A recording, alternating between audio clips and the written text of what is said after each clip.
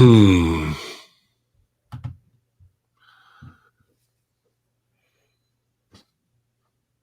shit. Sometimes or I'm slow, sometimes or I'm quick. I'm slicker and sweeter than a Chico stick. Here's an ice cream cone. Mambies, take a lick. And that's right, infidels, you're going to take a lick of it all today, pal. That's right. Because we get it out here on the Impact Attack. Stretch it out. Wrestle House is back. MSG is back because he's getting back because he's doing so many goddamn push-ups all day long. Look at him. He's jacked. Here for your Impact Attack. Y'all. Mambies, you don't like ice cream? You don't like ice cream, pal? God damn, look at this. Oh, man. Well, I'm just feeling a little bit angry today. Each week, it is my goal, it is my mission to try to come up with the perfect character or gimmick that is going to fit into the Impact roster. And this week, I think I finally have it, gentlemen. We know that there's been some really infamous madmen in wrestling. Well, actually, we're the Madmans. Trademark. We can't call ourselves the Madmen. We're the Madmans. Madman Fulton, Madman Pondo, and now Madman Ted. And the one thing that you know about us is that we wear cutoff shirts. We generally have a bad disposition about us, as if we're in a weird state of constipation and sexual frustration. But by the end of today, I'm either going to shit or I'm going to bang, because I am Madman Ted. God damn, he is mad. Jesus Christ. Damn. He is liquored up and pissed off, and it's not even 10:30 in the morning, you guys. He is ready to go. And I think Madman Fulton could use some backup right there, man. He doesn't have to worry about hair care. He's not wasting extra time. He's just getting right to the beating and kicking the shit out of somebody from behind. Madman Ted is ready to go. You better watch your ass, MSG.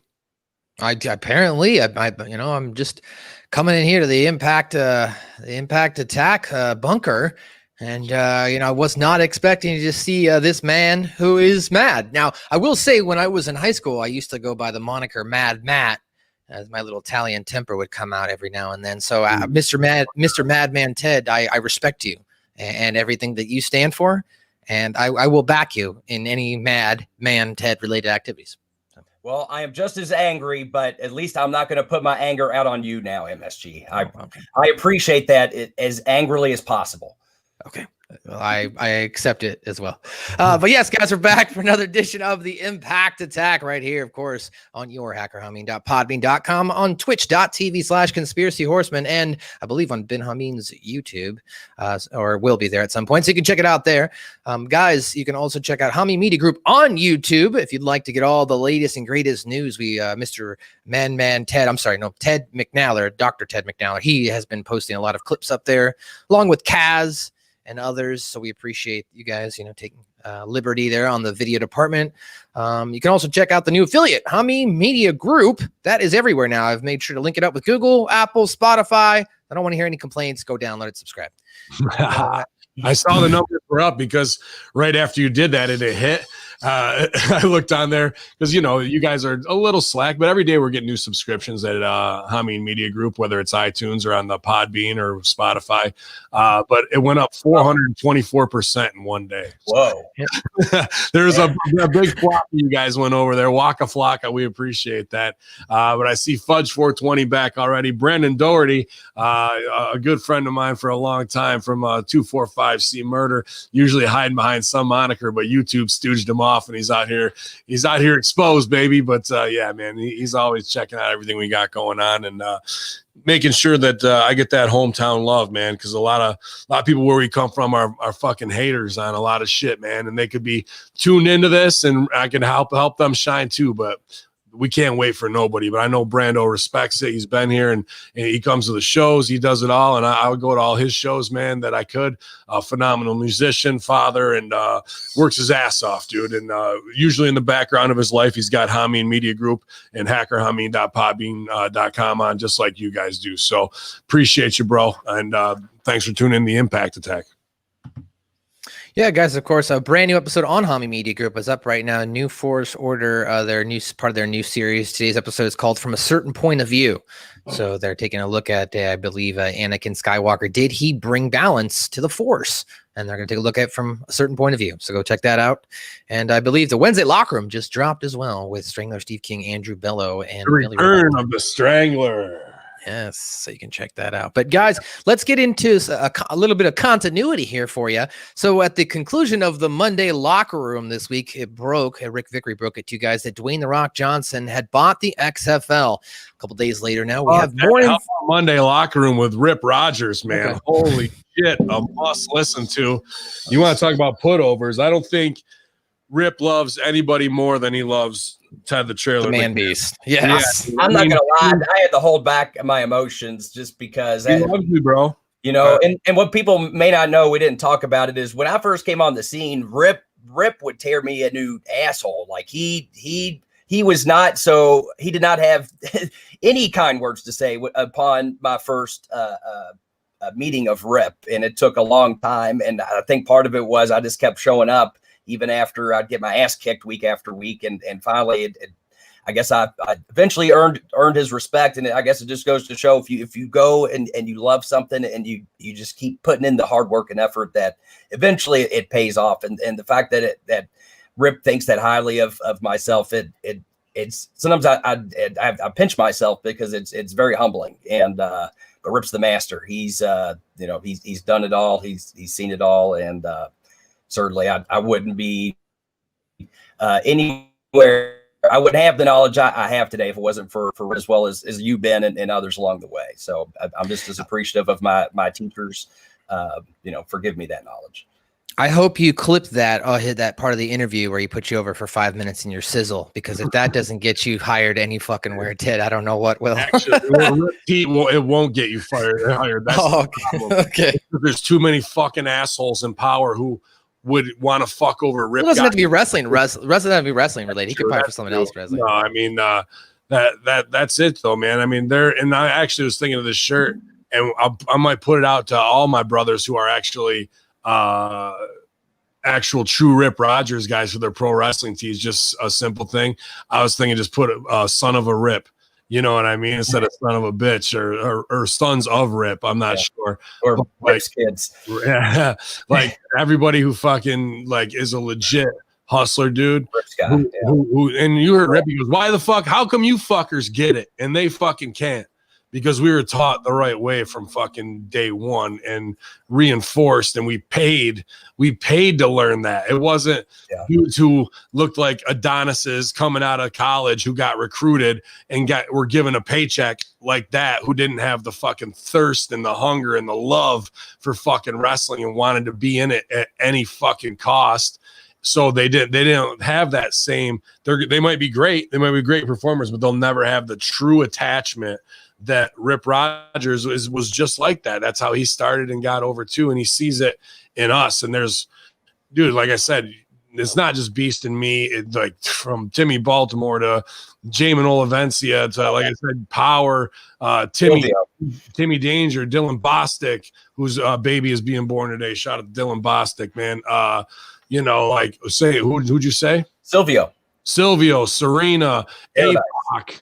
Like everybody, dude, like these are people who are in constant contact with him, where he is favoring everybody else constantly, because he is everybody's grandfather and father figure like that, dude. So the whole bullshit that surrounds him of you fucking cocksucker motherfucker, you stupid cunts and all this shit, like if you can't get through that, then you never should make it through the fucking door. Like if you're that soft, if you fucking can't see the endearing of that he can take the rib that I'm ribbing him about being the best pure athlete ever. And he says, oh yeah, he just rolls with it and says me and Randy Orton, like just to rib me fucking back. Like that's fucking shit I love, dude. You know what I mean? And you're not going to get to that level if you don't show that you have tough skin to fucking start with, because that's the first test in this business. If you're going to be able to fucking make it. And then everyone's like, make wrestling a safe space and da da da da da. And you wonder why things are fucking cocked over 5 ways to Sunday. If any of our graphic designer listeners out there, people want to get their images out there, I think it would be a cool design. And you can go back and listen to the Monday Locker Room talk about how Rip breaks this down, where he got his knowledge, right? And I think it would be a cool image or some sort of graphic where you've got the people standing behind Macho Man and then standing behind Rip and then now standing behind you guys, et cetera, et cetera. So go back and listen to that Monday Locker Room. Get the timeline that Rip breaks down of all the guys that came before him that passed the knowledge to him. You could start with the Hamin Media Group guys in the front, right? Me, Beast, and Silvio. Then probably a Stevie, or Stevie could be in that line, and be in those guys. Then you fucking go to Steve King too, absolutely. Then you could go to fucking Rip, Killer Kowalski, and fucking, he started training with the Sandman, I guess is what Stevie says, but he's, Raven's his fucking mentor. Then from there you go up to fucking pretty much Roddy Piper, Macho Man, Lenny Poffo, Buddy Rose, Buddy Wayne, fucking who else? Beast, Adrian Street, fucking Holy Anderson, like that's who fucking influenced Rip. Finley, William Regal. Him and Regal are super tight even today, and people don't know that shit, dude. Like, that's the fucking level of it splits out. Now, who influenced those fucking guys? I mean, Kowalski's got to be up there at the top too. Like, that's the level of trickle down of knowledge that people are getting for free at hackerhamin.podbean.com, at haminmediagroup.podbean.com. And I don't mind having paid for it and whatnot, because now I've not monetized it, but made the opportunity to make money off of it with a little bit with sponsorships and growing a community. But that's knowledge, man. That's what really needs to be passed on above all things. And Rip pays it forward just like anything else. And dude, believe me, when I was in the ring with Piper, that moment I was like, fuck, this is not lost on me that Rip rolled with this guy and he made Rip made me. And now I get this fucking opportunity to pay off a big piece of heat in my storyline that I built on a Rip Rogers way for a year with Dick Justice. That was when I kidnapped Havoc, and that was what the Piper's Pit was about. And then I get fucking owned. Dude, like, to me, that was just like, holy shit. And I look at everything in improv as it comes in circles, in patterns. And here's me starting my journey. And fucking, 10 years later, I'm in the ring with Piper with the guy who was a master to my master. That's just some Kill Bill Pai Mei shit to me, dude. That's how I look at it, man. And what does Beatrice do when she gets to Pai Mei's fucking temple? She grabs 2 fucking buckets of water and starts walking up the fucking steps, B. Yep. All right. Well, speaking of money, as I alluded to at the top of the show, Dwayne "The Rock" Johnson buys the XFL for $15 million. That's not the story I really want to get into, guys. I wanted to talk more about the dynamic of Redbird, which is the company that The Rock has partnered with. So Redbird Capital, now they are based out of Oakland itself. The guys got the XFL hours before it was set to go to auction. Jesus so The Rock, Christ, look at that. I am the Beast 237, sexy. Ooh. Russo, I got sexing you down there. Damn, that's a great Photoshop edit. You need to hit me up. I am the Beast. Yeah. Media Group at Gmail. Jesus Christ, Vince. Stop looking at me like that. Dude, we need to please send me that at bin_Hamin so I can troll the fuck out of him with that image. That is awesome. Fucking great. Dude, look at he is sexified right there, Vince Russo. Oh, bro, I'm coming for your dog, bro. Jesus, go ahead. The Rock's wife owns the Redbird, right? His ex-wife. No. So The Rock swooped in, wanted to buy it, of course, 15 million before. Now, after they go give you more background, of course, the XFL filed on bankruptcy, yada, yada, yada. This is what's interesting, what I found about this company. So Redbird Capital Partners is also aligned with Red Ball Holding.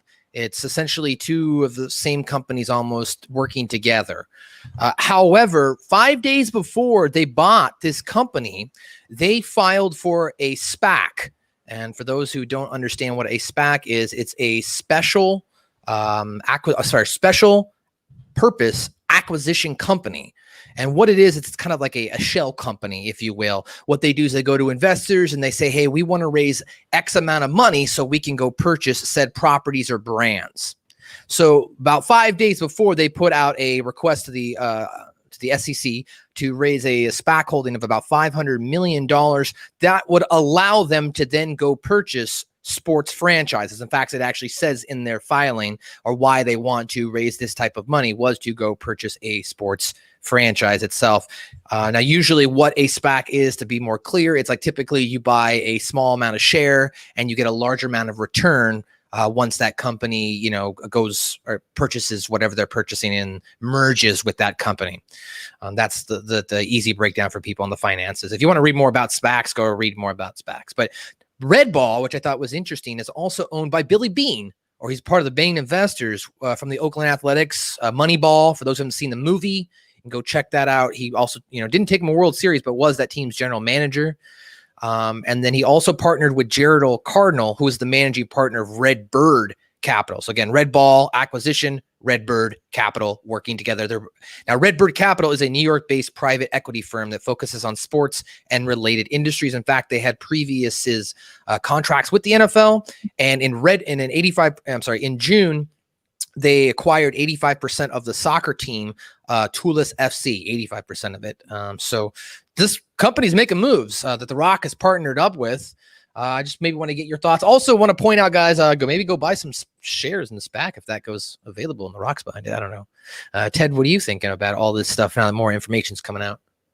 I mean, at least it sounds like there's, I assume, some sort of tangible plan going on. And to me, it's not that there wasn't a plan before, but at the same time, with a history of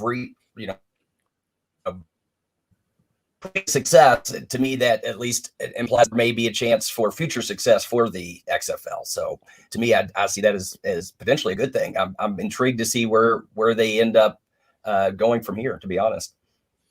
So Ben, it's obvious to me, right, that this idea and plan was put in motion for a while, right? Because you don't file for an SEO 5 days before you buy a company. Yeah, but there was that time during COVID where they were like obviously holding out, but then remember when it was like Vince McMahon is actually keeping the XFL or whatever they were going to do with like the properties, and then kind of happened. I believe whatever that was 6-8 weeks ago started, the phone call of like, who can we get to bail us out? And then Vince has been in on this the whole time. He obviously trusts The Rock. Making him from, obscurity to where he is now. And, for a piece of it to bail him out, why wouldn't you? And Rock's got the money to burn. What do you make? $62 million last year in Hollywood? They said he made $62 million. Largest paid Hollywood actor. Yeah. And that way, yeah. So, he's got it to burn even since WrestleMania, whatever day, 19 or whatever. So he's probably still living off that money. And, that's just smart biz. I heard, I don't know, maybe it was just through the grapevine and the wrong rumor, that his wife was a part of that his ex-wife was a part of the top of that Redbird investing fucking gimmick. Interesting. I went to their website and I didn't, unless she's changed her last name. I don't know what her last name is, but I didn't. And it's something else, dude. I can't remember what it is. Okay, maybe that was just a rumor that I had heard and somebody's got it wrong. How quick I didn't have time I appreciate you going in and doing all that heavy research. Good work there. But yeah, I know the people who are got a lot of stronger stomach than I do and a lot fucking deeper pockets are just doing get in, get outs on the stock market with that Kodak shit. People heard about it, get tipped off because of Trump. When it was at $2, by like an hour later, it was at 14. The end of the day, it closed at $50 fucking dollars. So, a $50 investment in the morning, by the end of the day is fucking unbelievable. If you know how to play that shit. And Matt just laid it out for you. I don't know much about SPAC, but if there is a way to get in on it, even in toxic properties and liquidations with mergers, that's where there's money to be made, dude. So if you know this shit, post at Hamin Media Group and maybe help benefit somebody else who's got an extra $100, $200 to kick in, and fucking maybe you guys go in together. Maybe there's a little $500 pool or something, investment crew. I don't know. That could be a whole offshoot of people who just want to kick in a little and then have their own little mutual fund meeting board, and we could be off to the races on that shit. I know Javid's doing kind of the same thing with Cage Theory, with handicapping, trying to help people with their betting. So if you're fucking into that shit, sports betting, you got some edge that way where you can take $100 and maybe come out with $1,200 if you know what the fuck you're doing. So this stuff, is things I really wish I could focus on. It's an interesting way to take what we know in our industry of what's going on. That's what the fuck news, and how these dudes really operate as shady carnies that the market or Nancy Browns don't know, and predict and get in on the ground floor of what their next move is. You know what I mean? So we should be using all that advantage to our leverage whenever we can. Cause believe me, these big corporate cocksuckers are doing it to their advantage every chance they fucking get to get richer and richer and richer. We might as well snake it a little bit when we can. Yeah, my one of my close friends right now, I just saw him in Arizona. He's been using one of those apps. I'm sorry? Robinhood. Yeah, Robinhood. He's been using Robinhood. Yeah, he's been using Robinhood, but he's not making large investments. What he's doing is he's buying small, $1, $2 stocks. They get up to $10-15 and he's cashing out, just using his fund money, go buy some food, weed, just extra supplemental cash. I have Acorns, which is just Acorn. Rounds up your change on a card and kicks it back in, and every $5 it throws it into a mutual fund thing.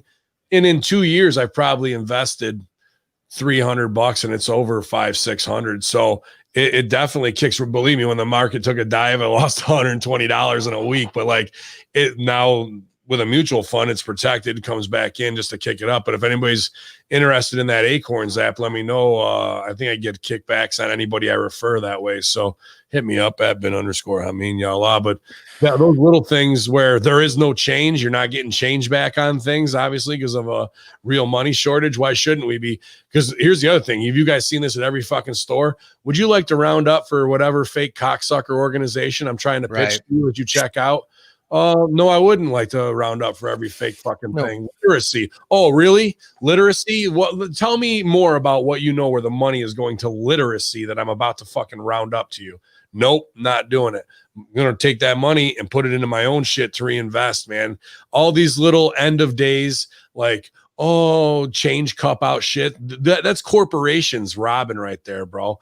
I bet of everything that gets round up, maybe 20% goes to a 501c that they sit on the board of, while they take 80% because they're the ones who are the money changers when it gets there, bro.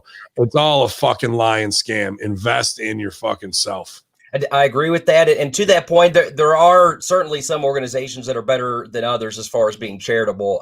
One website I always utilize in regards to, if I'm going to donate any money somewhere, is I always check them out on charitynavigator.org. And it will actually tell you the breakdown of these companies as far as where the money goes. Does it go back into the people that are, does it go back to the CEO of the organization, or does it actually go into on the street care that's actually helping people? And so that's one thing people don't know. I would definitely urge you all to utilize before putting in your money to somewhere where the majority may not even end up helping the people that you're thinking it's helping. Yeah. Or you can go to the GoFundMe for Chris Silvio and it's going right to him. That's true too. Absolutely. Right. Get him, Goku. All right, well, let's get to a very interesting Facebook post that happened this morning that was deleted right away. So I don't know if you got to see this, Ted. I know you saw it, Ben, but I'm going to go ahead and read this off. So Marty Jannetty posted on his Facebook. Literally was only up for about 25 minutes to 30 minutes. He says, "I never told no one this, even my brother Gino." I'm going into Hick voice, because Gino would have killed him, and I didn't want my brother gone. Hell, he'd only recently come home from Vietnam. I was 13, working at Victory Lane's bowling alley, buying weed from and I'm going to use the word, I'm not condoning it, but I'm going to use it for the paraphrasing of this post. He said a fag that worked there, and he puts his hands on me. He dragged me around to the back of the building. You already know what he was going to try to do. That was the very first time I made a man disappear. They never found him. They should have looked in the Chattahoochee River, but Winnie, the girl he's gotten the pics with, who I like so damn much, probably my favorite, but I promised myself way back then that nobody would ever hurt me again, and that includes you. So I guess what he's alluding to the fact is if he had said something or maybe brought someone else, she would have gotten hurt.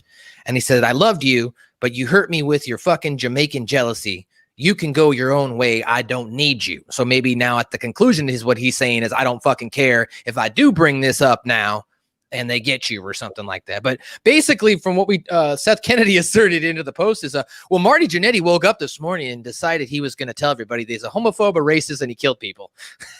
I don't think his chick left or is dead, but I think she left him right overseas. Right. I think it's and he's having a mental breakdown where he's saying this crazy shit and deleting it. I look forward to your new reggae album, Jamaican Jealousy. I think that's going to be a fucking big. Man. But yeah, dude, do you expect anything else from a fucking CTE'd out addict who's fucking at the end of his rope doing crazy shit like this? And you know, way down yonder in the Chattahoochee, it gets hotter than a hoochie coochie, man beast. So I don't know if this guy really is, but if they're talking about the whereabouts or some cold case of somebody who disappeared, that was a fucking dumbass post for sure, bro. So are we going to have Dark Side of the Ring season, whatever the fuck, Marty Jannetty investigation? I'll tell you what, right now, you know who's going to be on this? Wrestling with Tragedy. Angel from ECW, his guys on Russo Network. You can check them out on YouTube. They just dropped one on Miss Elizabeth and Lex Luger. So looking into it. So, bro, I think they're going to be right on this shit with Marty Jannetty, dude.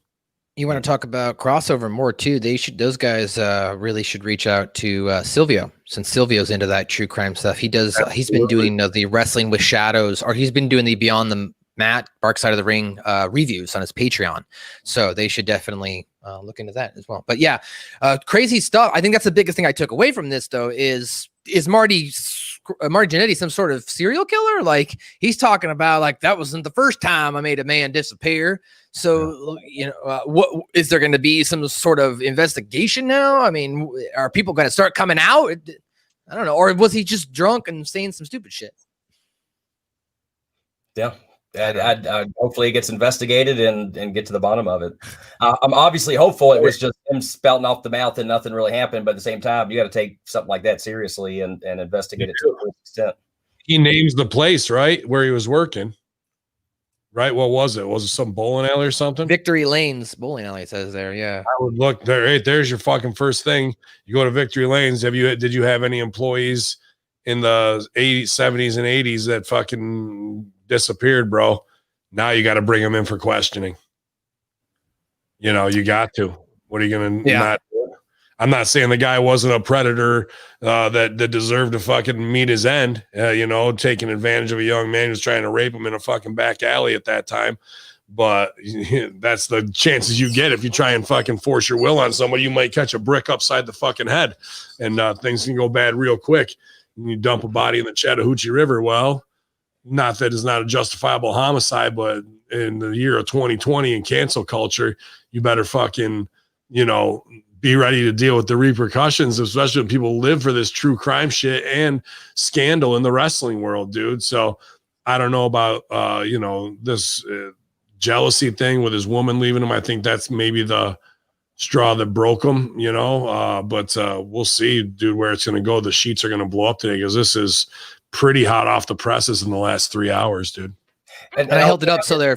Sorry, I was just say I held it up there so if somebody wants to pause it and go back, you can read it. But go ahead. Sorry, Ted. Certainly. And I'll just say on the other, and even if he did do, you know, commit those acts, I hope at the very least, you know, someone is with them. I don't want to see this end with him taking matters into his own hands, so to speak, especially someone that seems like they're off their, you know, gourd and you know, possibly, you know, having a relapse, and that's I think about that as well. And that's, you know, regardless of what may or may not have happened, I certainly don't want to see it in that manner. So I hope someone is with him right now and making sure at least something like that is not going to take place, because that's the last thing I think we need to see either is that. And that also leaves a lot more questions still unanswered if that does happen. So, I hate almost to say it because I feel like it's talking into existence, but at the same time, we know, you know, things like that do unfortunately happen in not just wrestling, really. We see it happen in society and the world. Well, it's almost like an admission of getting these things off your chest before they do, because he's so broke up maybe about his lady leaving or whatever, and he's thinking that way, and it's, you know, some admonition. But then once it gets pulled right away, I'm sure everybody who's a good brother to him reached out right away and like, what's going on? But we'll see, man. Yeah. All right, so I have one more non-impact related story here. This has to do with pro wrestling, and only reason why I'm bringing this up is I don't want to wait till the Friday locker room, and I'm here talking to you gentlemen, so I don't want to have to wait to listen to the Raw and SmackDown review. Raw started an underground fight club, Ben? Yeah, Raw Underground, pal. You didn't know about it? First rule of Raw Underground is tell everybody about Raw Underground. That's what you do. You get right out there and advertise it. Yeah, they shotgunned 12 weeks of TV into 1 week and killed it, bro. Wow. Killed it the first night. It's not coming back? No, it's coming back, but dude, if you're gonna do this shit and they're gonna rip off Fight Club, they've taken directly from Fight Club. And you can hear this on the Master Shoot Theater, how it all happened. But what did we have at the end of Raw? What was from the beginning to the end? They had technical issues, and what happened? I don't know. I didn't watch. I'm asking. Oh, this new group of Antifa fuckers who threw a Molotov cocktail at the fucking Power Sword. Oh, that's what that tweet was about. Okay. So they've got Project Mayhem going on, and then Shane is like, we're starting Raw Underground. It's a fight club. Dude, it's a knockoff directly of what's his name, the MMA fighter, Josh Barnett's thing, kind of. Right, Bloodsport. And you can go back to fucking Raw and SmackDown review about 4 months ago when I pitched this fucking whole thing. So now go ahead, sorry. They brought back the Shotgun Saturday Night Dancing Girls. They went down to Tops and Bottoms or the Dirty Dancer and hired fucking the Tuesday afternoon crew and fucking brought them down to dance, so like, you know, twerk and whatever. So totally women's revolution, you know, evolution. Good job there. Hot. And then we have all these NXT guys, some shooters, some not, around the ring doing the OVW slap thing. They just got a ring with no ropes in it. And Shane is now Dana White just screaming, oh, he got him. Oh, while guys get knocked out and forearm the fuck out in under a minute and a half and just get pulled on. And Shane marks out for it. And fucking, we watch UFC. We know guys don't get ragdolled and fucking killed like that back to back to back.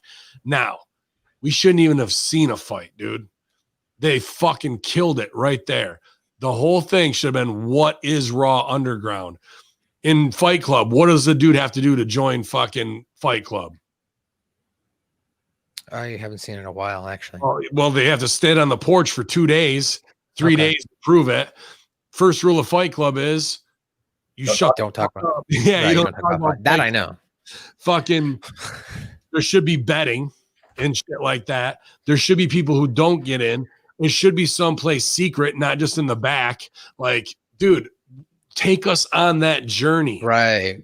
To what is Raw Underground? I don't know, man, but here's all these fucking layers. Hey, I'm going with you. No, dude, you can't. This isn't for you. And fucking da-da-da-da. Then once we get there, finally, what should it have been? Doors open, right? And huge, I mean, you can't crowd people, whatever. And people are like that and whatever, but like, then it's not about Shane being fucking Dana White. Dude, Dana White's not in Fight Club. There's no promoter and shit like that who's marking out. The whole thing should have been Shane is going there to do what? To try and start taking over Monday Night Raw? To go shoot fight himself. Oh, the billionaire kid is about to get in, and it's not a worked fight. Dude, these fights came off as like stiff works. That's all they were fucking doing, is stiffing the fuck out of each other and taking hella shitty bumps. You know, so it doesn't look wrestling. Instead, give me 1 minute of Shane McMahon actually fucking fighting. Like, he's got to get in there with somebody who's in, like, unload. Dude, if you can't put up a minute of a shoot fight for your company, which is sinking, what else are you going to do, right? In Fight Club, what's another rule? In Fight Club, everybody fights.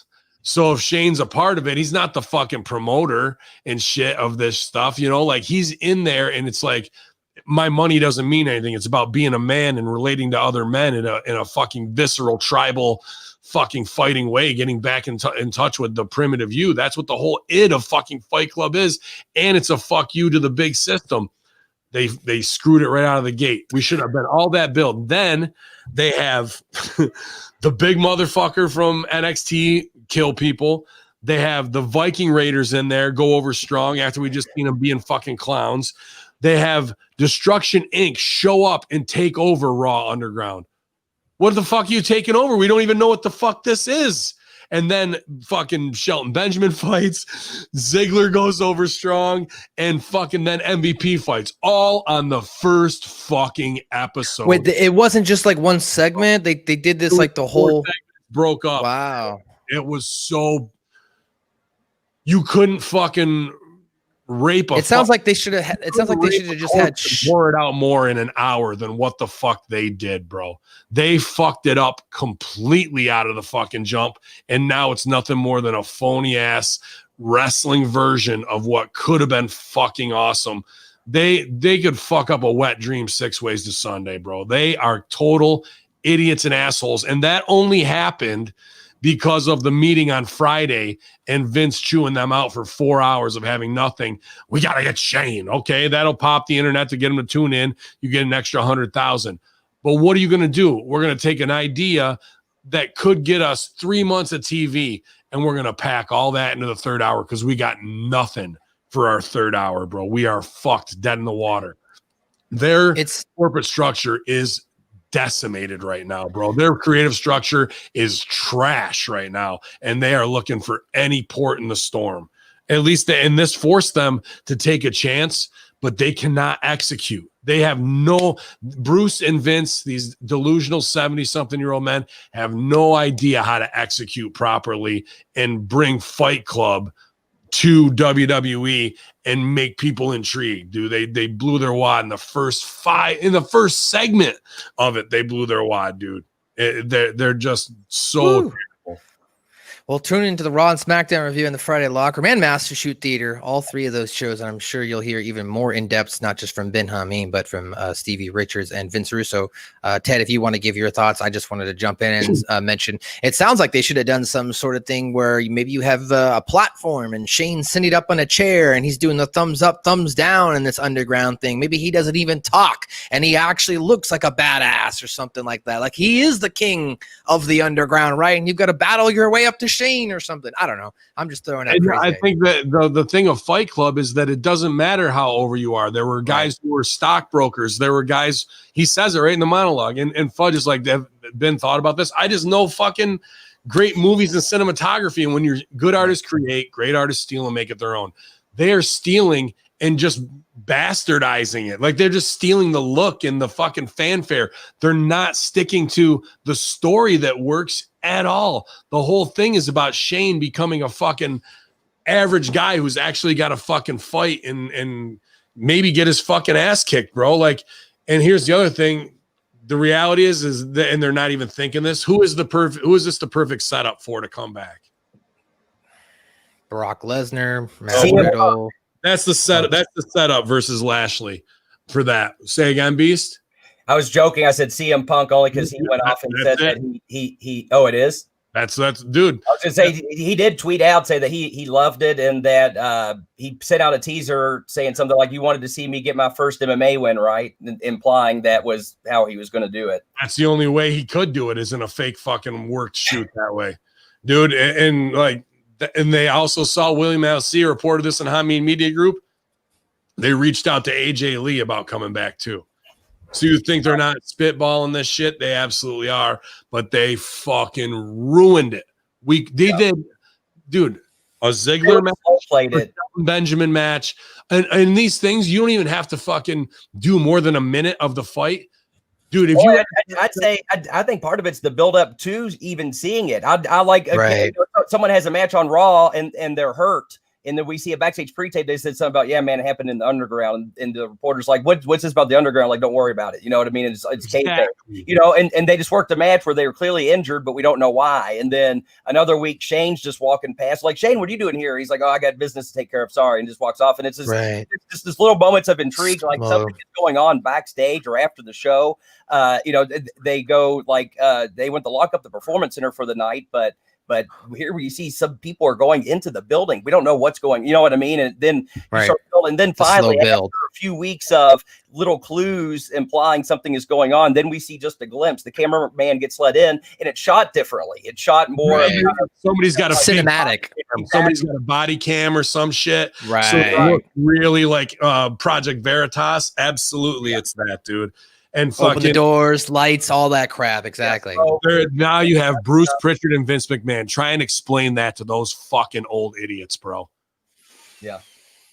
What the hell is a Project Veritas? I love the idea of a body cam, and it's like a POV shot of them walking through the crowd and the smoke and the lasers and the girls and the drinks and the nightclub. It switches, right? You might be in the fucking back. It might be in somebody's backyard, like a Kimbo Slice fucking fight sometime. And you know, but it's all about getting there and somebody's stooging from the inside, and you only get to see 1 minute of a fight. Imagine if it really was Dolph Ziggler versus Shelton Benjamin in a shoot, like for 1 minute, and those guys were going at it, and then fucking the crowd comes in, and you can't see because the body cam's covered up, and you hear it, and they fade to black, and you hear, oh shit, like every week you get to see phony wrestlers doing a shoot fight thing for fucking real. All you need is a minute, dude. You don't need to see the knockout. You might get to see the finish and whatnot, but that's when it finally takes over. It just is unreal to me that no one will fucking tell these bastards to sit down, shut the fuck up, and eat your pudding. When I know James Long is there, when I know fucking what's his name too from Impact, Borat. Then Borash they can handle all this workload. They can handle, dude. Yeah, but they like their paychecks now. I know, dude. And Vince wants the ratings up now. But to your point though, I'm not saying that to go against, because it's like long-term business, the money and the ratings would come and the quality would be so good. And knowing that they have the talent to make it happen, I think is the most frustrating part of it. So frustrating. You heard Rick told me to shut the fuck up and collect your paycheck. Yeah, how was it? Fantastic, Raw Underground, best ever. Exactly how I would have done it. Thank you for the fucking 1,200 this week. Fuck that. Give me the fucking 200,000. You know, when I show you that this shit is what's gonna fucking save you when you let me do it the right way. But there's a room of 28 people who got their asses chewed on Friday for 4 hours because they've just been collecting a paycheck, because they don't go to bat for your business, because no one will say, I'm not waiting till 2 a.m. We're having this meeting right now. You know, like that, this is what's got to be. So their whole creative process is ruined. And that is why you're getting a whole third hour, 12 weeks shotgunned into 1 hour, bro. It's unbelievable. Well, before we get into Impact as well, of course, we are sponsored by thebrosters.com. Pick up your bag of Russo Bro coffee. I know that I like the Russo Bro kind, and I know Ted likes a Nicaraguan bag. But no, you ribbed me, and they turn out they're the same damn thing.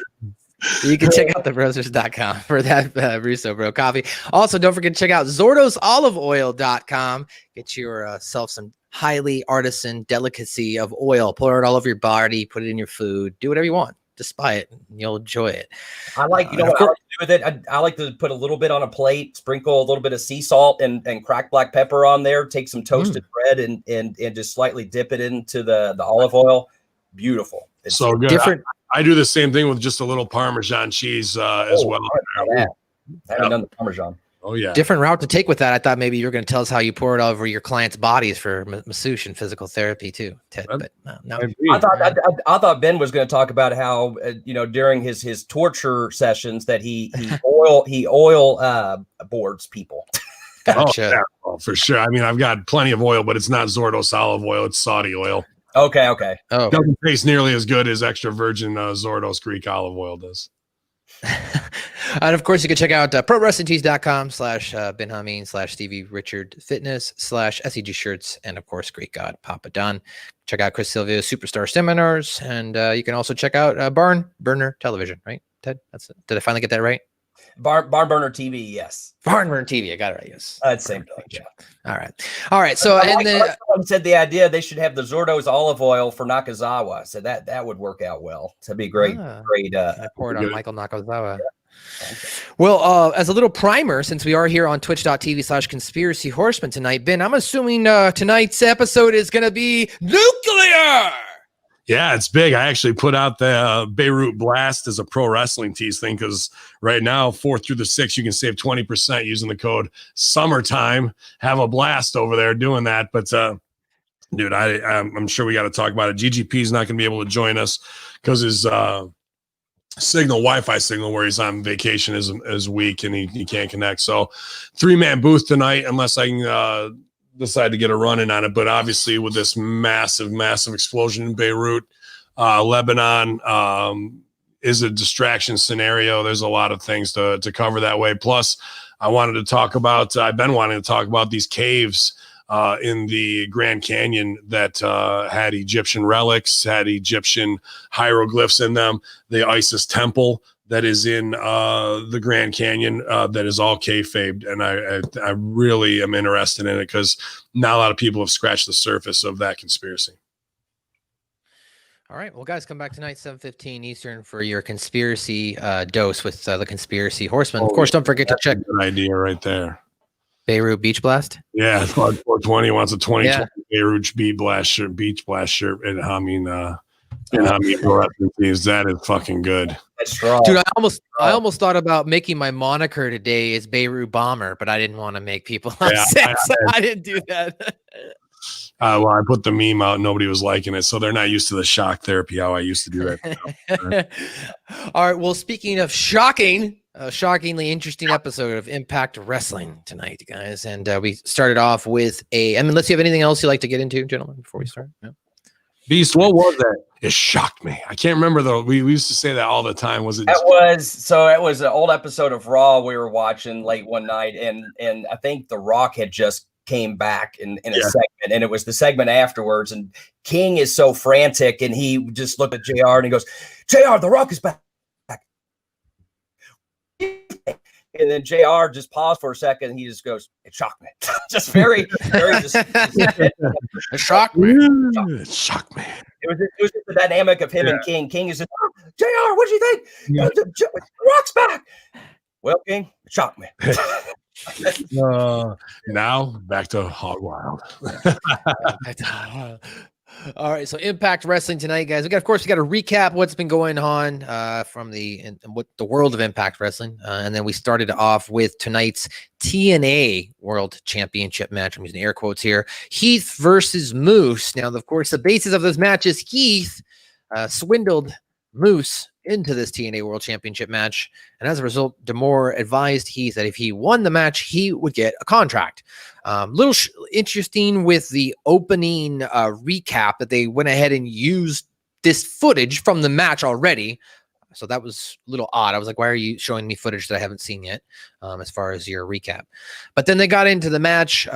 These guys I thought were a little slow at first. Obviously, they probably haven't really worked together, so I had to kind of work out that chemistry. Just little things I was noticing. I'm not obviously going to critique wrestlers for wrestling, but I did notice a little bit sluggish movement, them moving back and forth. However, as the match progressed, I thought it did pick up. It was only an 8-minute, 54-second match, so it wasn't overly bearing. They ended up with Heath. He hits the wake-up call, goes for a pin, but there's no ref. So unfortunately, because of the ref bump after a ref gets flattened by Moose, he does not pick up the victory, as once the ref does come to, Moose low blows and rolls Heath up for the victory. So Heath still does not have a contract. Still playing out this I need to get a contract scenario. Ted, what did you think of this match? I'm getting a sense of deja vu. He's clamoring to get that championship. I thought the match itself was fine. Right. I also think to the point Ben was making earlier, I think there's steps that could have been taken to make this be more meaningful, and that's not just, you know, rehashing it something that he's already done, but, you know, playing up the importance of why he needs to get an Impact contract. But, you know, I felt like this was just kind of, all of a sudden he's trying to get on Impact, and we get to see him on Impact, and he has music and everything. The other part that I was interested on is when they were making the introductions and they were holding up the title, that Heath was still like chilling out with his sunglasses on prior to the match, instead of acting like he was getting ready for an athletic competition with his job on the line. You know what I mean? And again, it's those small details, but they absolutely plant an unconscious or subconscious thought in the viewer's mind that, okay, this must not be overly serious, because the image you're getting in your TV is, well, this guy's wearing sunglasses and doesn't really look like he cares. You know what I mean? Ben Hamin, Raw 2016 storyline all over again. It's going to end with Rhino as his tag team partner. Yeah, and we're just going to take the long way, and we're going to go 5 miles out of our way to go around the block. Now, unless they are to be fair, because they do, I will put over, sometimes Impact, they will say that a lot of times they do play to a higher level of writing. Maybe perhaps this is just purposefully rehashing as close as possible, so that way in the end he can swerve and fuck over Rhino, and that's a whole different set of circumstances at that point. But if they are going that route, I would almost rather they, I guess in a sense I would say I would want the storyline to go ahead and sped up, because I feel like it all feels very like we've seen this before, in a sense, a deja vu type of thing. And I don't think that's the image you want the viewers to have in their heads, like, oh, I've seen this before. It's like, that shouldn't be the forefront thought in one's mind when watching your show. and can we also just point out, like, we knew Heath wasn't going to win. You're not going to put him over on Moose right now as the hottest property in Impact. I would have, but I knew they weren't going to. That's the whole thing. I thought he was going up because he's got to get a contract, win at any cost. Now, why would they give him another match? That was his shot. Like, you know what I mean? Like, there's no... The only way he's going to get in right now, and we can get into this later, and they did a little snippet with, what was it, Hernandez talking to Reno Scum. So, like, and that's talking, I'm assuming, with the Rhino and the money thing. So that's really the only way you're going to get Heath back in. Even if you want to do business that wouldn't have gotten him over by heat on Moose, ref comes to, Moose hits the ball shot, ref sees it, DQs him. Qualified. He retains the title. So he gets his win, goes to the back holding his nuts. And fucking whatever, he's like, D'Amore's reluctant. He fucking won. He's got to give him the contract, whatever. Straightens up, signs it, and there the fuck we are. But that would have been easy. That easy. But this was a really good match for both these guys, because Moose needs somebody who can make him look really good and is super competent in the ring. And that was Heath Slater's entire career in WWE. So this was one of Moose's best matches, like psychology wise, flow and pace wise, without having to do a ton of big shit. Even the things on the outside that we practice in Rips class a ton, though, slam the guy's head into the apron, or you block it, hit him with the elbow, return it, boom. Like, all that stuff was clean, simple, and safe, and it all looked awesome from both of them, dude. So this match for Moose that's what he needs, is a guy like Heath Slater to help him shine the way he needed to. But the finish was wrong to do the storyline build, and Beast is right too. In the beginning, the whole thing, he should have been on the phone with his wife. I'm going to get this contract. Don't worry, honey. I got this. I'm going, and I'm not. No music. Should have just walked out. No music. None of that. Like, all that is wrong, guys. Like, that's where I like that they write to a higher level. But if you're going to try and write to a higher level, you better make sure every goddamn detail of the story fits it going along continuity wise. And there's also no reason to do that if you are pre-taping your shows. It's not like it's going out live, so there's no reason to, like, are you not watching your show and going, dude, we should cut sound right here, cut music, and have them do overdub, take the entrance part out, you know? Start them in the ring, whatever you got to do to make sure it's telling the story you're trying to tell. There's just too many details getting dropped. And you have a diehard audience, a very small audience that wants their shit done tight and the right way. And if you drop that ball on them, they're not going to be as loyal. They did have 4,400 on Twitch last night, which is up about 35% from where they were 2 months ago. So after that, Josh Matthews and Madison Rain promote Emergence, which is taking place in 2 weeks. That is the next pay-per-view or television special, whatever it is. They haven't announced it. It will feature Jordan Grace's rematch for the Knockouts title. And meanwhile, tonight they hyped up the fact that the main event is going to be Chris Bay and Rohit Raju taking on TJP and Falaba. And then we get the rundown of what's going on. So Gia Miller is backstage with Willie Mack. Asks if he knows that's just so aft right there too. Like, know that they billboarded it there, that it was a tag match that was going to result in something else. And then what do we have at the top of the first hour? Or at the end of the first hour, top of the second, I mean? We had that match. Not that match we had in the main event. We had Sami Callahan, the fucking world title at the top in the middle of your show. Yeah, so it was weird. A weird tag is your main, and like this is where I say the booking of the show was fucked, man. Now, normally when that happens, when they have it right in the middle of a show, now I agree with you. I feel like a championship match. I mean, that's a championship match, but from a TV standpoint, the middle hour where they can cross over the hour without having a commercial to have viewers cross into the next hour of television. From a rating standpoint, that's what they were trying to do, is maintain viewers through that hour rather than taking a commercial right in the middle. And so, to me, that was likely the rationale. Now, does that justify the writing? I agree with you, but I don't think necessarily it does. I think I agree with what you're saying too, but the perception of your champ being in the middle of your show and not the main event in a title scenario, the audience is just conditioned. Like, now you're just mid card. So what else is there for me to watch that's going to really draw me to the end? Fala and those guys are loving characters, and that would have done business mid card. They're definitely mid card and lower tag level, even at this point, still being established. It just, on the sheets, I can't see me, you, and Power fucking saying this is the way to go because of the cross. And if they were in competition and it was essential to not lose viewers, maybe, but it's Impact. They're at 140,000, 4,000 online. They cut and do whatever the fuck they want to whenever. And this was just the wrong place for this match on the card. But go ahead. Go ahead. I was just gonna say shout out to John Carnage, who just subscribed with Twitch Prime on twitch.tv/conspiracy. Awesome. Thank you, John. Hell yeah. No, and I was just gonna go back to the point of, again, you have to think about what is the message you are sending subconsciously and unconsciously to your viewers, and putting the championship match, prior to the main event. The implication is, well, then the championship must not be as important as the other matches that are coming after it. You know what I mean?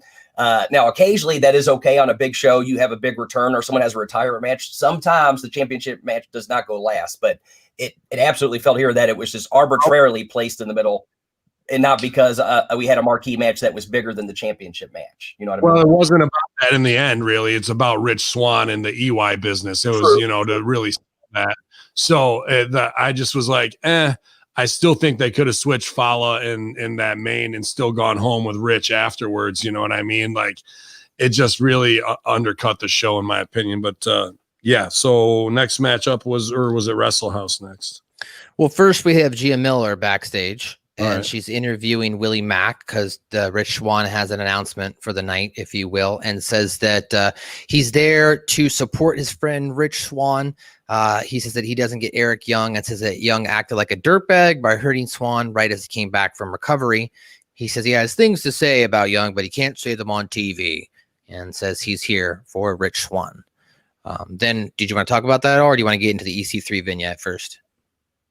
Well, that wasn't much. It was just the setup for the final, Okay, so then we get in there. But this was Willie Mack. Yeah. I don't know why they keep putting this guy on camera to talk, man. Like, he's awesome in the ring, dude, but his delivery or whatever it is, man, it either just needs to be coached, or you got to put over the fact that he may have a learning disability to give him a pass, bro, because otherwise, if you bill him as a superstar and that's what he's delivering to you, it just isn't hitting, and you look bad for putting it on TV. Okay.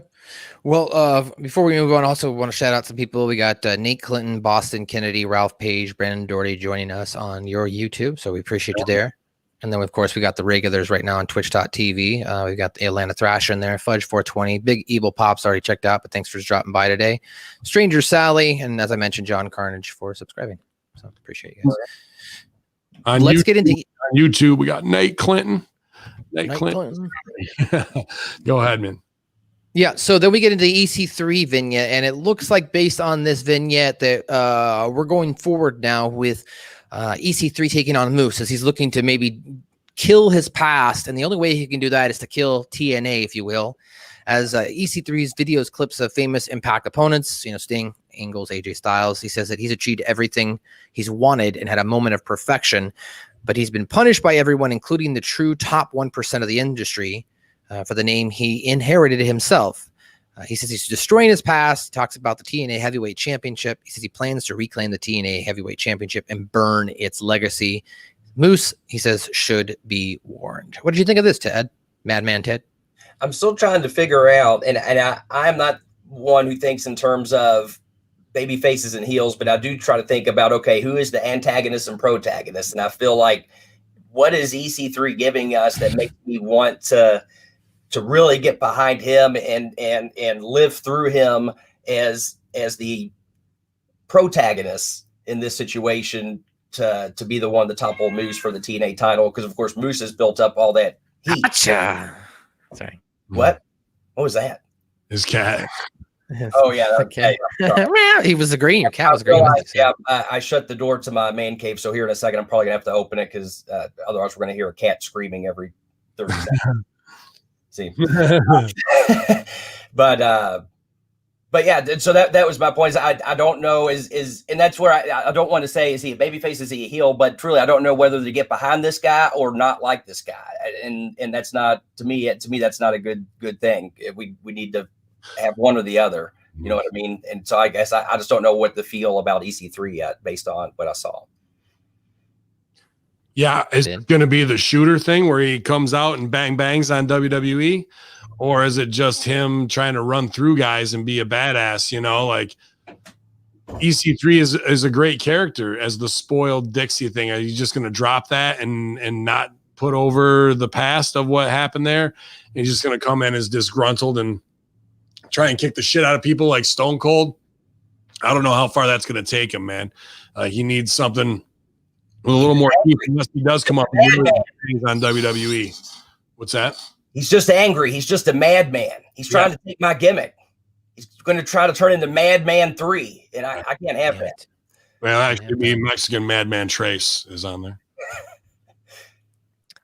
So after that, now we've got an in-ring segment with the Motor City Machine Guns in the North. It starts off very blasé almost with just Sabin and Alex Shelley in the ring with Jimmy Jacobs.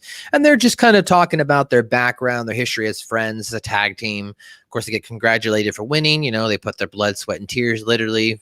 Haven't been in Impact for 8 years, but decided after getting back into the ring and, kind of, training a little bit, they wanted to come back to Impact. Says that they beat the best team in Impact, if you will. And then the North does come out, and the North basically, it starts off with Alexander cutting his promo. Says he's sorry to not interrupt.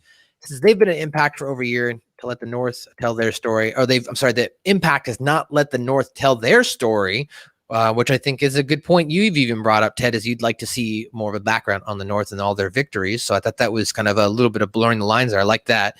Yeah. But they said that the Motor City Machine Guns are getting preferential treatment, the same kind that got them their title shot. They just showed up. They beat the Rascals. All of a sudden, they get a championship shot. They acknowledged that they won. However, that they did not beat the North at full 100%. And then Ethan Page cuts a very impassioned promo as he's fired up. He's mad himself here, Madman. Then he says that they can have their rematch whenever they want. They could do it right now, that being the Motor City Machine Guns, but the North elect to go ahead and wait till Impact's emergence. A lot of stuff to break down in there. I don't want to go through word for word, but what did you think of this, Dr. Madman? Were you excited by Ethan Page's anger here? I was going to say, once again, the spotlight was all Ethan Page here. I thought he absolutely shined. I really liked the, when you wrestled us, we were only at 40%, maybe 30%. No, maybe 20%. And then when they said, hey, let's go ahead and do the match right now, he's like, didn't you hear what I said? We're not even 50% ready or something like that. I was like, I loved it. He went right back to what his character was standing up for and what his character believed and was willing to I mean, he showed, didn't tell, but absolutely showed how much that title or those titles mean to him through his actions there. And not for 1 second that I feel he ever dropped character, made me not believe that he really wanted to go after it. And to me, that's professional. And so I'm excited to see where they go from here. He does wound up and like ridiculous at the same time, very believably, like, cause he'll just stay in the pocket right there. And whatever comes out of his mouth, no matter how ridiculous, he believes it. And because he believes it, you're going to fucking believe it.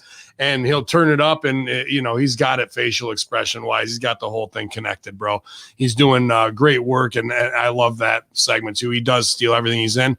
Motor City Machine Guns tried to be small and coy in the beginning, maybe set that up a little bit better for him. Cause I was like, when I was watching, I was like, these guys aren't getting over with their little blood, sweat, and tears jokes and things like that. But because they were so soft and they ended so big, I think the ending was a lot bigger because of that. So this will be a good match. They're all phenomenal workers. There's no doubt about it. And we didn't need, you know, any violence here. Like the emotion did it all to keep the story going. It was good. Yeah, I agree. And I like this. I think Ethan Page has definitely been, I mean, the breakout star, even more so in this COVID thing, since they've only had specific amount of wrestlers to rely on, if you will, on a week-to-week basis. They haven't been able to play their territory game, right? So they have to really build the stars that they have. And Ethan Page currently is probably the best on the mic right now, I think, in Impact, in my opinion. But let's not to discount Sami or anything like that. I just mean character wise. I'll go Swinger, but yeah.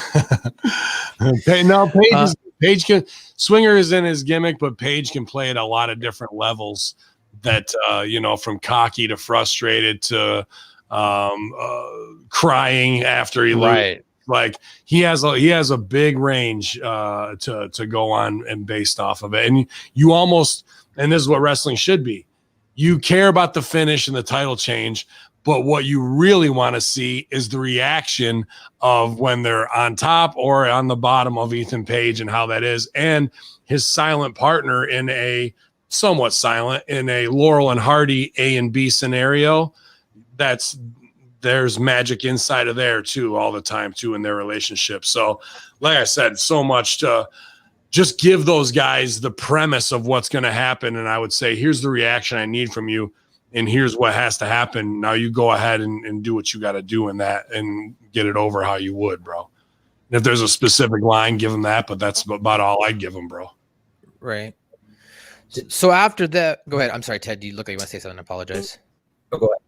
I would say to me, this is something that Ethan Page can use to really break out as a single star. And I think the longer he goes without winning a championship, the more over he's going to get. And I think this is one of those things where if he continues to play it like he's playing it, he can easily over time, especially as hopefully we get fans in the building again, start transitioning from being a heel to being so over the top that people start being endeared towards him and embracing him. And so eventually when they come back around and see him as a baby face just from how over the top he is, and he finally, say 2 years from now, is able to win a championship on his own again and know how meaningful that is for Ethan Page, that will be a great moment if they play that up right. Not saying that's where they have to go, but I could absolutely see, I mean, this could play out very beautifully for Ethan as we go along, if they choose to go that route and have him be a breakout star here. But either way, I'm excited for where they're going with this going forward. So after that, we kind of got at least in my opinion, a very confusing backstage segment with Deonna Purrazzo and Kimberly. So Kimberly walks in, tells Deonna Purrazzo in her dressing room, or she walks in without knocking. She says that this is a courtesy call because Lee was front row for Grace's assault of Purrazzo last week. And if that happens at Impact Emergence, she won't be the champ anymore. She says she has an idea that they can make magic together and Lee can take out Jordan with one catch, that after she does, she gets a title shot. Deonna says it's a deal and we're off to break. Now, the reason why I found this confusing was not the whole overall business of it. It was just that 2-3 weeks ago, Deonna Purrazzo beat Kimberly. So if Deonna Purrazzo can get beat up by Jordynne Grace and she's in fear of Jordynne Grace now, quote unquote, why would she then go ahead and get the person that she needs to help her who couldn't even beat her? Am I making sense, or am I just confused here, Ted? No, it makes sense. To me, the implication was I didn't think. I mean, that is a fair point, but to me, I took it as she just wants someone to help soften up Jordan Grace a little bit, so that way she can put her away. Okay, I kind of like took it as like if de facto she beats me, I beat you. But I get what you're saying. But and I didn't think about what you said. I'm sure there's plenty of viewers that thought that as well. So that's where I never discount anyone's thoughts, including yours, MSG, simply because there's probably plenty of people that thought the same thing. Like, well, why are you recruiting the girl that you've already defeated? But to me, the takeaway from this segment is we just went from seeing the great character work from Ethan Page, and this, to me, I don't want to say that this was bad. To me, it just felt forced. It felt like they were trying to overact, and I don't think it came across as well as they thought it did. For me personally, now I also have to realize you and I, Ben, kind of have a nuance or we have a little more bias towards that, and maybe have a different kind of lens that we see just based on our experience and knowledge. But based on what I saw here, it didn't intrigue me into feeling like I was emotionally involved with these characters because I didn't feel their emotion come onto the screen for me. Well, this was boring, but go ahead, Ben. It was flat and it was wrestling phony. Yeah. To just further the storyline. The reality is if she's going to have a match with Jordan Grace, like you said, it is to soften her up. But Deonna should show that she's the meticulous one, that she's doing that on purpose, and that she's got a plan. And then we close the door. Come in here. And we have the little thing in the doorway. We should talk. I have something I need you to do. Close the door, get the camera out of there. So she's telling her, when you have your match with Jordan, I want you to work heat on the back of her knee and take her out. So when I get there, I'm going to work a whole knee heat on her the whole time. And that we know that is injured. So Jordan is going into the match as even more of an underdog with an injury because of the hit that she had. And that shows Deonna as a mastermind. We didn't get that kind of feeling from this at all. It was just forced dialogue from two girls who are still amateur performers in a lot of ways and got a long way to go. Kimberly being pretty strictly indie, her in-ring work is competent, but she doesn't know how to work for TV, and she doesn't get a lot of time to do character and acting reps. It's obvious. The same thing with Deonna, very young, trained by Damian Adams, completely competent when it comes to in-ring stuff, but the acting has a long way to go. You can put on as many sexy outfits as you want and call yourself as many monikers from the Blueprint or whatever they're doing these days, man's man shit. But, when it comes to, all right, now you got to get over with character, get your character over. If you haven't been doing the reps in the mirror and getting the character voice down and the facial stuff to where it's second nature and you are more that than anything else than when you are at TV, then it's going to be exposed. And this scene kind of did that. Yeah, like I said, nothing really worthwhile to go over further here. Let's get into some stuff that I know Ben probably enjoyed this episode, and that was Wrestle House. So we of course got the goofy '90s intro. I really like it. It kind of reminds me of like Saved by the Bell-esque as far as this intro. But anyway, they cut to Taya, and she comes to the conclusion that she can't go anywhere, obviously based on last week's events. So she decides that she wants to kind of like do a group activity, kind of maybe get some team unity, if you will. So she ushers everybody into the living room to sit down on the couch. Initially, Cousin Jake and Larry almost fight over a seat, but Susie, who is now the new belle of Cousin Jake's eye, convinces them not to fight. That they had a little side conversation there with Alicia, like, "Oh, you like him, girl? Oh, I do like him, blah, blah, blah." Taya then says in a confessional cut in that it's not her fault, that everyone's trapped in with her, but they all have bad hygiene. So she tries to get rid of some of the BO by, giving them some deodorant. Swinger interrupts and he goes, Bob Orton? I thought that was kind of funny here. BO's here? He's like, superplex. Yeah, he goes, superplex. Superplex, daddy. So grooming kits are passed out. Alicia, as I mentioned, talk with Susie. And then Rosemary says that they can leave when John E. takes the hint. And this, of course, Alicia tells Susie that she needs to learn how to use her feminine wills to seduce Jake. Swinger interjects, says that he's not playing hard to get. Alicia says that he couldn't handle her. He says that he could handle both of her and Susie. And then we cue the arrival of Tommy Dreamer in his Moose Sucks Egg shirt and says, match time. And before we get any further, what do you think of this? opening segment, guys. Yeah, I like this one. You know, a setup of whatever to get Taya. The heat's on Taya. Even the cutaways where she's there doing, you know, her little real world shoot. And everybody's there, and it's all about this whole thing is the id that until Johnny Swinger bangs Rosemary, everybody is being held captive. Johnny Bravo. Yeah, Johnny Bravo. Who did I say? Swinger. Yeah, me too, Daddy. We'll be there forever, everywhere. Yeah, we'll be out of here in 2 minutes. But you know, Bravo, that everyone is held captive in Dreamers Airbnb. Like, okay, I'm with it. All right, we're on it. As long as we're going to play this ridiculous reality out, these are the rules. Then let's keep going. And they stuck to the rules of the scene, no matter how effed up they are. We're going to do it. I killed off Bruce Pritchard or Deuce in a Master Shoot Theater out of nowhere on a move about 3-4 months ago. Ever since then, Deuce has been a ghost in the scene. He comes down from heaven. Yep. We don't drop the realities that we create because the Vince. As long as they keep subscribing and believing that it's there, that's the reality. That if you open the door and it's not match time, Abyss will be waiting outside for you. And where do they steal that from? They stole that directly from Ghostbusters. Oh, nice try, close. Beetlejuice. When they leave the house in Beetlejuice, and they would fucking go out. So there's good steals here that they are absolutely applying to their stuff in a psychological way. And yeah, this was a fun opener, man. I didn't have any problem with it. Can I to use a Ben Hamin phrase or Rip Rogers phrase, and then the bell rang? Because then we had a match. Yeah, then the bell. Well, what do you expect? Well, this isn't isn't this Swinger versus the girls? Yeah, that's what I'm saying. Huge for this. Swinger's the smartest guy on the roster. His heat is going to be with the chicks, and he gets 2 super hot girls to lay on top of him. Oh, please, no, don't pay me to do that. What could possibly? All he has to do is take a little fucking double team, and they fucking win, man. As easy as it can be, like right there for some wrestle crap, dude. And he gets 2 hot chicks to lay on him who are married, and he can't get any heat from the husbands.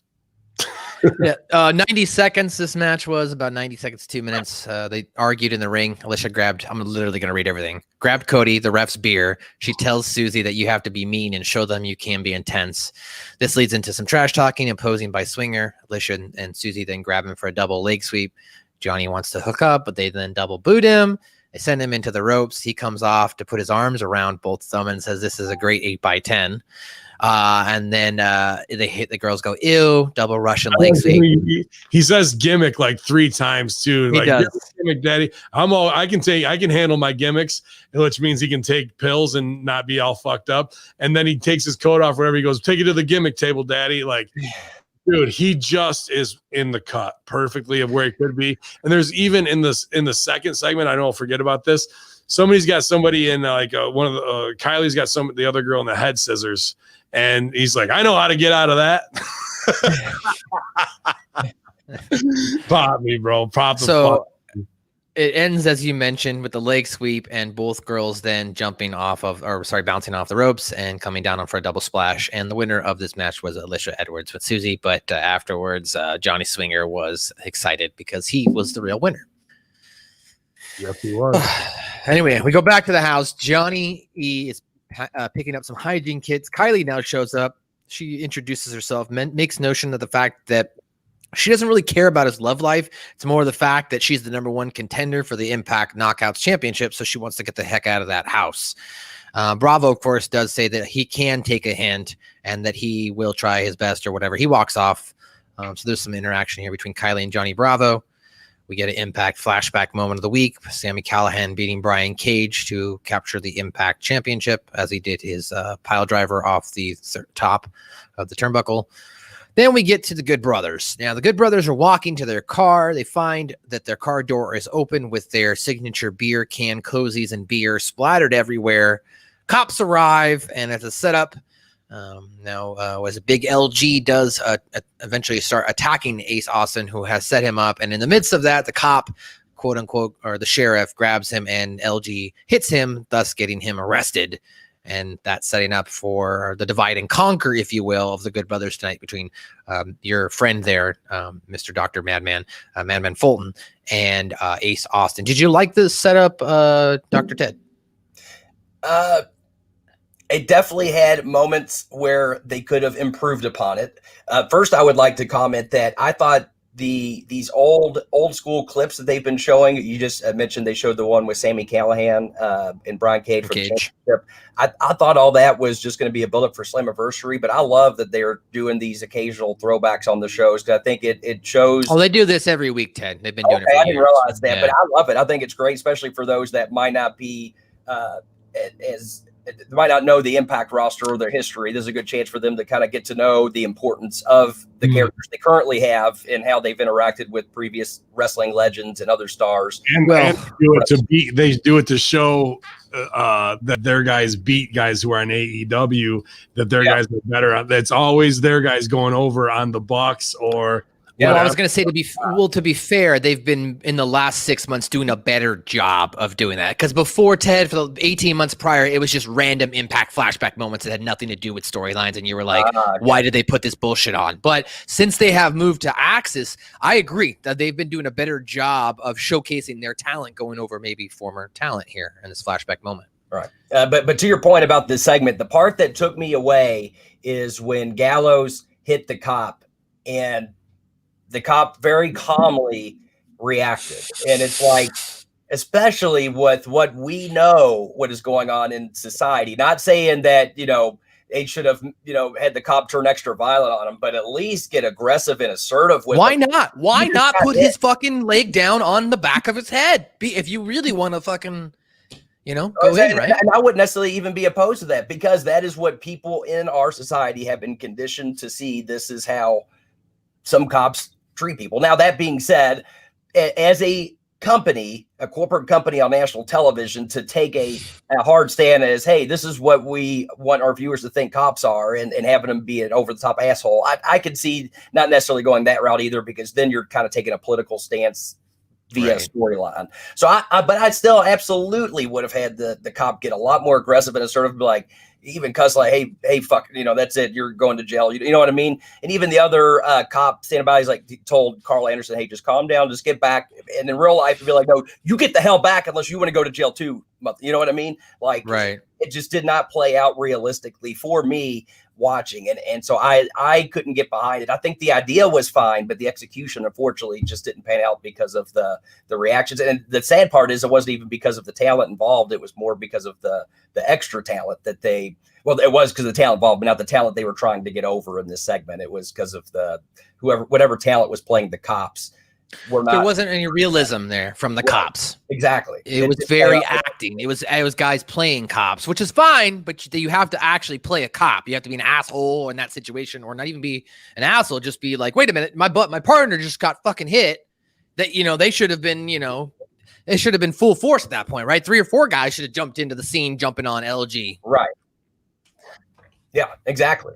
And taking them down. And it just, exactly to your point, it did not play out in a realistic manner. And unfortunately, because of that, it made me not be able to really get behind and emotionally invested in this scene to want to see what's going to happen next in this feud. Not to say that they can't get it back next week with something else that's hopefully intriguing and emotionally investing, but for this, unfortunately, it did not turn out because of the execution. Wow, Ben Hamin walked off before he was going to crap all over this segment. I know he was going to really go in on it, but Ben Hamin made him so mad he had to walk off. So it was getting really hot. So after Doc gets arrested, as you guys mentioned, Ben didn't necessarily like the order of this match. You said, of course, it could have been to hold on to those viewers to move into the next hour. We had the Impact World Championship match. Eddie Edwards, as he proclaimed 2 weeks ago, he's going to be doing open challenges. And this week, it starts off with Sami Callihan. Before Sami Callihan, though, can get to the match, which definitely, I think, plays well into Eddie Edwards getting the victory here, Sami Callihan was attacked by RVD and Katie Forbes, and that was, of course, due to last week's shenanigans where Sami Callihan photoshopped his head all over Katie Forbes. Thereby, this sets up Sami Callihan at a disadvantage heading into this match. Immediately, Sami goes for a tiger driver and gets a near fall right off the bat. Now, of course, Josh does. I like the fact that Josh brought up the Sami Callihan and Eddie Edwards previous feud, their rivalry, as far as it even goes back to when Sami Callihan took a bat to Eddie in the ring and it hit him. And, brings up the fact that people thought that Sami Callihan was unsafe to work with, people from other companies, and there was a huge controversy. So I like that, especially even for you, Ted, who hasn't been watching. I thought that was a nice history, a little history lane, take the viewers down how these two have interacted so far over the last 2 years. A great match. These guys work well together in general, so I have no complaints here. 12-minute match. It ended, of course, with Sami Callihan going under the ring, getting a chair, tossed it in the ring. Ref yelled at him. Sami threatened the ref with it, but then takes aim at Eddie, throws it out, and then Eddie hits the Boston Knee Party and gets the victory. What do you think of the match? Well, first I want to go back to the beginning with the RVD attack. Is RVD a better hacker than Sami Callihan? Because to me, that was the implication. We weren't educated prior to the show that RVD and Katie Forbes were waiting just for Sami Callihan to make an appearance to attack them, and we, you know what I mean? Like, there's ways they could have made it make sense, but the lights went out, came back on, and not only is Sami there, but RVD's there too with a sneak attack along with Katie Forbes. And to me, it was like I either one would have had them earlier in the show laying in wait saying, hey, if Sami Callihan comes out through this curtain, we're going to get him. Okay, now that makes sense. Or just have him make the appearance, and on his way out to the ring, then RVD comes running out because he sees on the screen, oh, that motherfucker's out there now. You know what I mean? But for the lights go out, come back on, and RVD's magically here. Again, that's just one of those small details, but to me, it makes a big difference because it doesn't make sense. It doesn't make logic. No, that was good. That's a good call out, and I should have brought that up there in the breakdown there. Did you have anything else as far as match-wise you want to go over? Well, I'm always going to and the thing is, I think Sami Callihan is an incredible talent. I will always shit on anytime someone does a finish and kicks out. Especially right at the beginning. Yeah, especially the first thing you do. And I'm not saying there are certainly times for false finishes and kickouts, but I don't think this was the time. And I think it would have made sense if he had got the victory right away, as they had set up. As I put over the fact that Rob Van Dam just buried all that heat. Yeah. Exactly that, dude. You're right. I would have had a match at all. I would have had to be an attack, hit the thing 1, 2, 3. Oh man, that's way more. Now I want to see Sami Callihan whip Rob Van Dam's ass next week and see what the fuck. And Eddie looks strong as a champ, right? Yeah. Should have been Rob whipping his ass. Bing, bing, bing, bing. Rob throws him into the fucking ring. Eddie hits the fucking snabits. 1, 2, 3. Rob goes up. 5-star frog splash. Fuck you. She stands over him, twerks, and that's it, bro. Instead, we did heat in the beginning just to pay on the storyline, which is way better than whatever they're doing with Sami and Eddie for the belt, because last week with that fucking Photoshop shit, that's what got over the most online. So you just did a little bit of a payoff with that. And Katie Forbes, who wants to see a sexy Instagram chick jumpstarting somebody? You know what I mean? Sammy's been drawn into comedy here, not heat. Match was whatever. I didn't like the burial in the beginning. But then I was like, God damn, these production guys are trying to kill these motherfuckers because they're doing these goddamn dives into the barriers. Why are there barriers out there? There's no, they're just setting up barriers for guys to dive into. Hey, maybe just to fucking fuck him up, right? Like, there's no audience to hold back whatsoever. They don't have anybody in the crowd. So now we're just setting up pitfalls. The guy who sets up the chairs, that's me. The heat would be on me at that point. Yeah, the heat's on you. They're like, why are you putting these barriers out there? You fucking broke my collarbone. And then they might lift the restrictions minutes before the show goes on and just let people in. Hurry up, sit down. But the finish with this was rotten, bro. Like, you're gonna grab the chair and then have a conscience after you've had a big psycho feud. Like, I love the match up until this point, really. And that Sami dive through the bottom was fucking crazy. But you pick up the chair and you're going to use it because you're frustrated because you got jumped, because this is a psycho feud. All you do is you don't throw the chair back down and have clear conscience. You do duck one, fucking come off the ropes and catch the fucking knee that way. Sami swings. There's no DQ because there's no contact. Babyface hits him with something clean enough to drop him, drops the chair perfectly. So then when fucking he hits him with the second one and you overbook it because of Japanese wrong style, we got to do that. And fucking he hits it, he lands on the fucking chair or something, and he takes it in full retribution. Or you drop it, the ref gets it out of the way, and you just hit your finish clean. But either way, to like, I'm going to heel out. No, I have a clear conscience. Throw it down, turn, hit him. Dude, not nearly as good of a finish, and took the whole momentum and build out of it right there. Him picking the chair up to throw it down. Why? But I also think that match shouldn't even really happen unless it was to facilitate the Rob Van Dam business, which they didn't really. That was just like, Rob's got to do it to get him on top, you guys, or whatever, so we don't look like we dropped something. The real business is more of fucking with Katie Forbes, getting her agitated because she wants to be sexy and fucking make her OnlyFans money. And fucking, that's where you would do it. Let fucking Sami take over her whole OnlyFans and website and fucking post on that and like really make it something, dude. And then him and Rob got a real fucking feud. You know what I mean? Something serious. We've seen Sami and Eddie. I seen Sami and Eddie at 2CW, so I know it works. You know, absolutely. You're always going to go to the well with that. But you don't want to use Sami Callihan in a get-over match, dude. Too big of a property. Yeah, I think that would have been better if Eddie had just gotten the victory right away. Or to your point, then he should have used a weapon because of the history there. It doesn't matter at that point who's heel or babyface because of the intensity between Eddie Edwards and Sami Callihan. There shouldn't have to be some sort of, I have a clear conscience. No, it's, I fucking hate this guy, and I'm going to do what it takes to get rid of him now. Again, you know. But they're trying to build Eddie as the fighting champion when Eddie's already been established as the loose cannon psycho.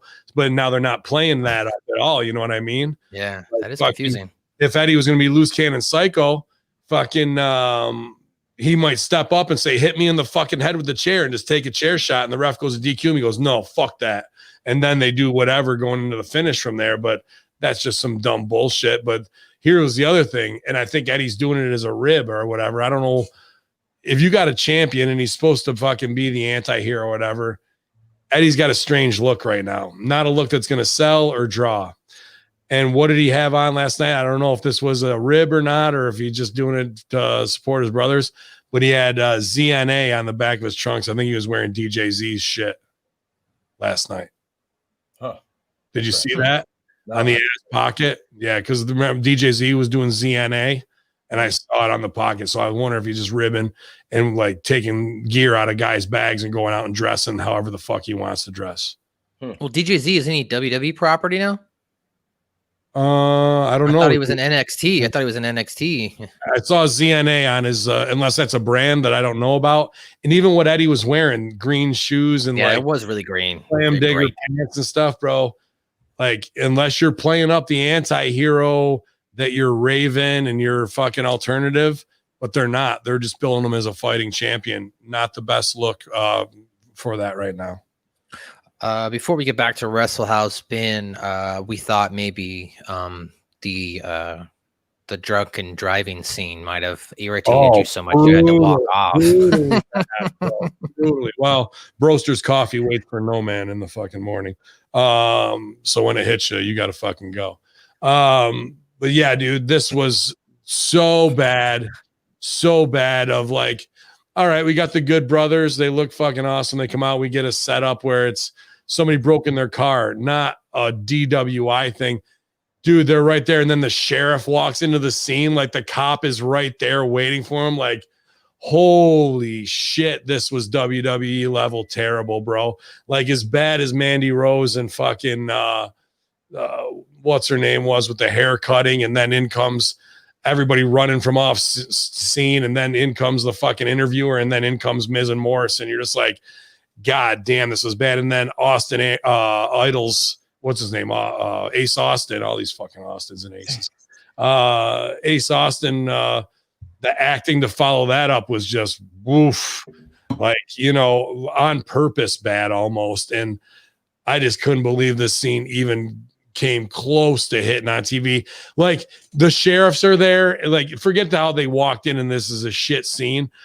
you're really gonna fucking grab a guy by his neck in front of the fucking cops thinking it's fine, and then he gives him the cop the back elbow in the face. Now it's police assault. Like that was what he was worried about, but he didn't have the mental capacity to not start a fight right in front of the police. Like, this was a shit scene from the jump, dude. And go ahead. I was gonna say my point to MSG was, if you really hit a cop, the cop would not continue to would not politely arrest you at that point. You know what I mean? Like, right. As a society, we've been conditioned to see cops are, as being aggressive, and that just to me didn't play out at all. Like, and the other cop is politely telling Carl Anderson, "Now get back." And it's like, no, at that point they would not be polite anymore. They would be assertive. It's like, you're going to fucking jail, and if you don't want to go to fucking jail, you back the fuck up. You know what I mean? Like, that's how it would really be.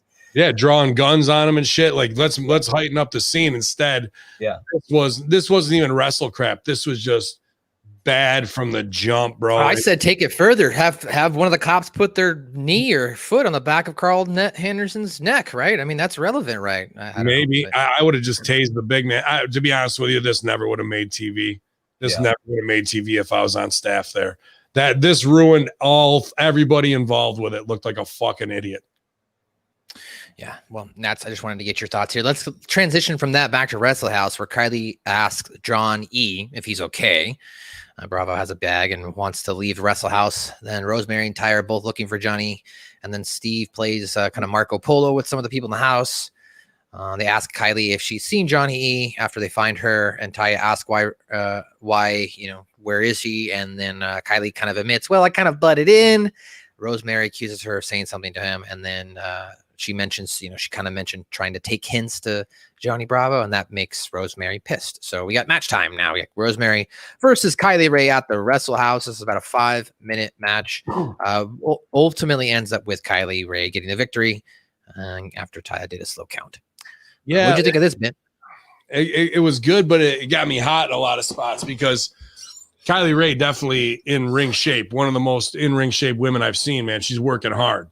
And dude, she grabbed that headlock, snapped that headlock takeover. I was like, oh shit, here we go. Like some real solid fundamental wrestling. And then they go into the head scissor. I got your nose. I got your nose. I was like, get the fuck out of here. And then we also got to get over Taya with the slow counts. And now we're doing that. And now this is shimmer and shine indie girls shit 101 from the Berwyn Eagles Club. This is where they think that stuff is going to translate, where they are not pros on the level of Rip's kids. If you did that in a Rip match, what would happen, Beast? He would ring the bell and say, get the fuck out. Yep. And if it was on TV and you did it and didn't clear it, he will come out with a kendo stick at ringside and tell you to get the fuck out of his ring right now. And I was waiting for that to happen because that was so bad, bro. Like it's almost like the Adam Cole shit that gets me. Starts out with an awesome story, works at anchor, works heat on something, then goes to Japanese wrong style, no sell, finishes, fucks his whole match. This started out the same way, but instead of going Japanese wrong style, we're doing cutesy girls tape trader masturbator spots. And they think that shit's over, and it's not, bro. Not even in the least. It was bad. That was real bad. Somebody, Darren in the Twitch chat room says ZNA is a backstage click in TNA, like Undertaker, BSK click in WWE. That's cool, man. I didn't know that's what it was. I know DJZ was using that, but good for those guys, man. Apparently included Eddie Edwards, EC3 Spud, and DJZ, and Robbie E, and a few others, I guess. So, but instead of playing dominoes, they play Words with Friends. Yes, exactly. Damn. What did you think of this, Ted? I didn't think it was necessarily as bad as I think Ben found it to be, but I didn't think it was intriguing or emotionally investing like last week's were. To me, that was the real travesty is they had such a good start last week that I didn't feel that this carried over that same interest. I'm still interested to see what happens, but I'd say I'm not as intrigued as I was the prior week. I thought that last week was played up to a higher level. This week was kind of a step down personally. But I didn't think it was overly bad. I just didn't think it was overly, I don't think it was emotionally investing. And unfortunately that's the key to getting more viewers over the weeks is getting that emotional investment. And I didn't find that here. And it is in WrestleCrap vein, but this is more of my overall rant on this shit from Japanese wrong style that has invaded wrestling and just ruined matches. This tape trader, masturbator, shimmer shine shit that got these girls over for a small bunch of, Team Sticky Hands followers like that said these are the girls, and that the girls have great fundamentals and are getting there, but then they go back to this stuff. I saw it with Stratlander on AEW with the nose boop and shit like that. She's supposed to fucking be the destroyer, but we got to get all this dumb little stupid shit in on the side. Now she just on the sidelines having knee surgery because we don't know how to work properly. Kylie Ray, I'm seeing the same exact thing here with them, bro. There's probably 2 or 3 others that I could name that are just like, stop doing this indie shit that you think got you over, because on TV you are ruining your own wrestling and the reality of everything else that we want to see, because a bunch of dudes who want to get your 8x10s and get their arms around you in a prom pose, like that's their whole thing, to put you over on these little shindy shows that are all girl shows, got them gassed up in their minds that those spots are the right thing to do. And even in Wrestle House, WrestleCrap, maybe, but to me, it took me out of it here. The only thing I liked was Swinger. I know how to get out of that one when she's got her between her legs. And I would say to that point, Ben, it goes back to, you've brought it up before, is why isn't management or producers stopping and saying anything about it?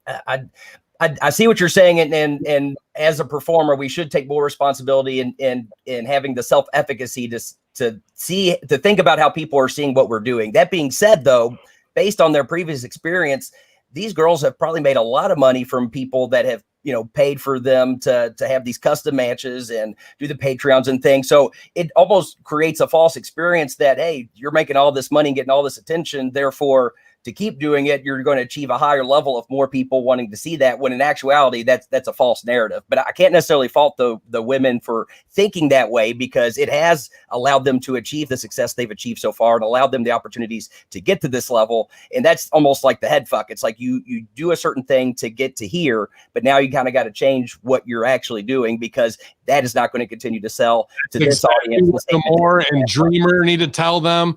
D-Lo needs to tell that to their fucking face over and over and over again, because they did have to do this niche weirdo, 30-something virgins to make them internet darlings. You saw it with the headlock and the takeover, that she's got unbelievable fundamentals, in shape, body-wise, sexy, cute, a good baby face. But we go to this shit because it's just the old, what they put over, and they would do it, man. And it sucks that nobody is stepping up. Maybe it's just because of its speak out era that you have to tell all the girls, hey, how was that? Fantastic. Best ever. Best nose spot I've ever seen. If that's the case, then I would say that's where bringing in someone like an ODB or a Victoria to produce and say, okay, can you please go tell them what they need to fucking do, because I don't want to get lashed out on the Me Too movement because I was insensitive. You know what I mean? Perfect, dude. Yeah, let Jordan Grace come back at ODB with some bullshit. See how well that goes. Yeah, it ain't gonna go well at all. So, that's really what I think is a part of the problem here. And I think Kylie Ray's got unlimited money and potential written on her, but it's things like that. And even the slow count stuff was that for Wrestle House is whatever, but it's a bit too tongue in cheek, because that played into, the storyline with Rosemary and Bravo. So. Well, on the Rosemary and Bravo front, after the match, Johnny checks on Rosemary because she, I guess, got up to try to do the distraction there at the end, got distracted by Johnny Bravo, and that's what caused her to lose. But Rosemary says Kylie may have said something, and Johnny says she didn't. He's known what's been going on for a while. He's torn because Taya has done a lot for him. He likes her a lot, but if she found out about them, and then Rosemary says that she doesn't have to know. But then Taya comes over and berates Bravo. throws him out of the ring, and we cut to Rosemary in the confessional room as long as it takes. So apparently this is going to continue some more until Rosemary can get some of that famous John E. Bravo sauce.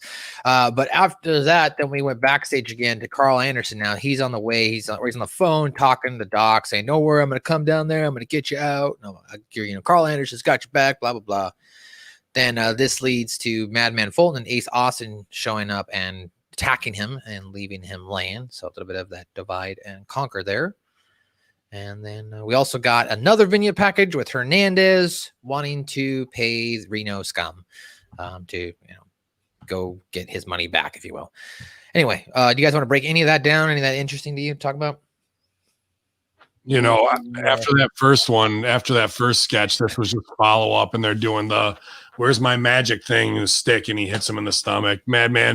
Madman's Ted's over our hand strikes are definitely going to look better than Madman's Fulton's words here. There was a lot of oh my God, that one. Yeah, I know which one you're talking about, especially since that was a pre-produced segment. It was like, why? I'd say stop, everyone back. Let's do it again. That's a guy who's afraid to lay it in on a WWE talent. That's what that was right there. I don't want to hit this guy because he's more over than me. I'm going to try and make it look whatever. And it just looked really bad. He didn't look mad. He just looked like a dude who was doing phony overhand blasts. You got to if you're doing the clubbers, hit him with the forearm. There's a certain amount of pain you got to be able to take doing this shit. And if you can't take a chest chop, a back rake, or a club like that thumps you, that, what the fuck was that? Then you shouldn't be in here, because you guys can't be burying themselves, especially if you're a monster like that. You got to let them lay it in on you.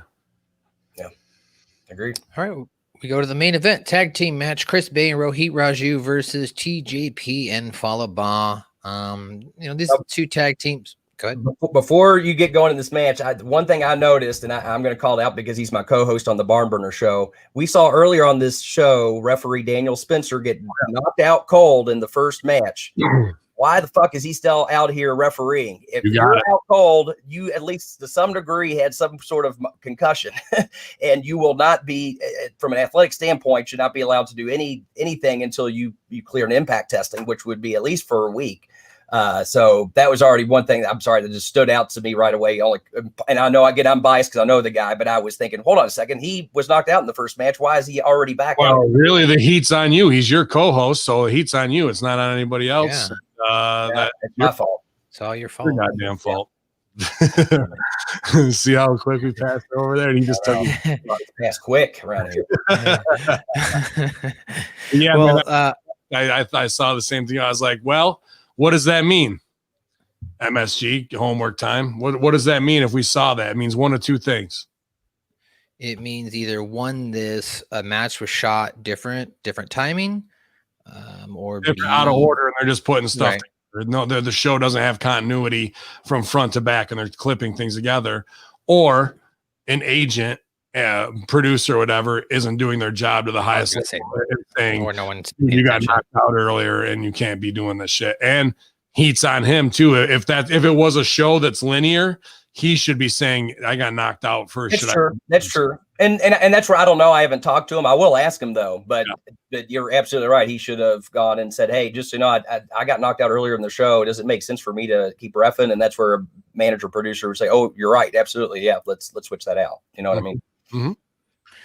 Well, to the match itself, for the main event in which he was the referee of Bay and Rohit Raju versus TJP and Fallah Bahh, I found the ending to be a little confusing.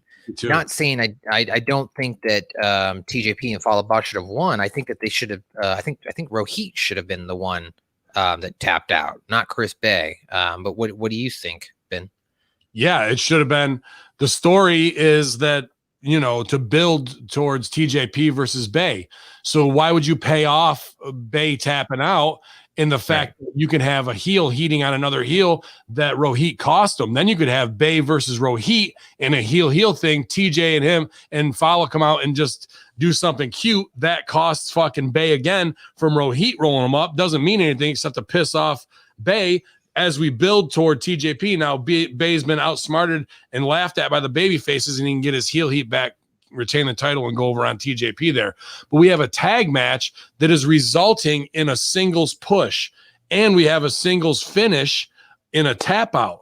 Not good. need to have a double team. Fala needs to get over too. You're a tag. Here's your chance to fucking even have Bay.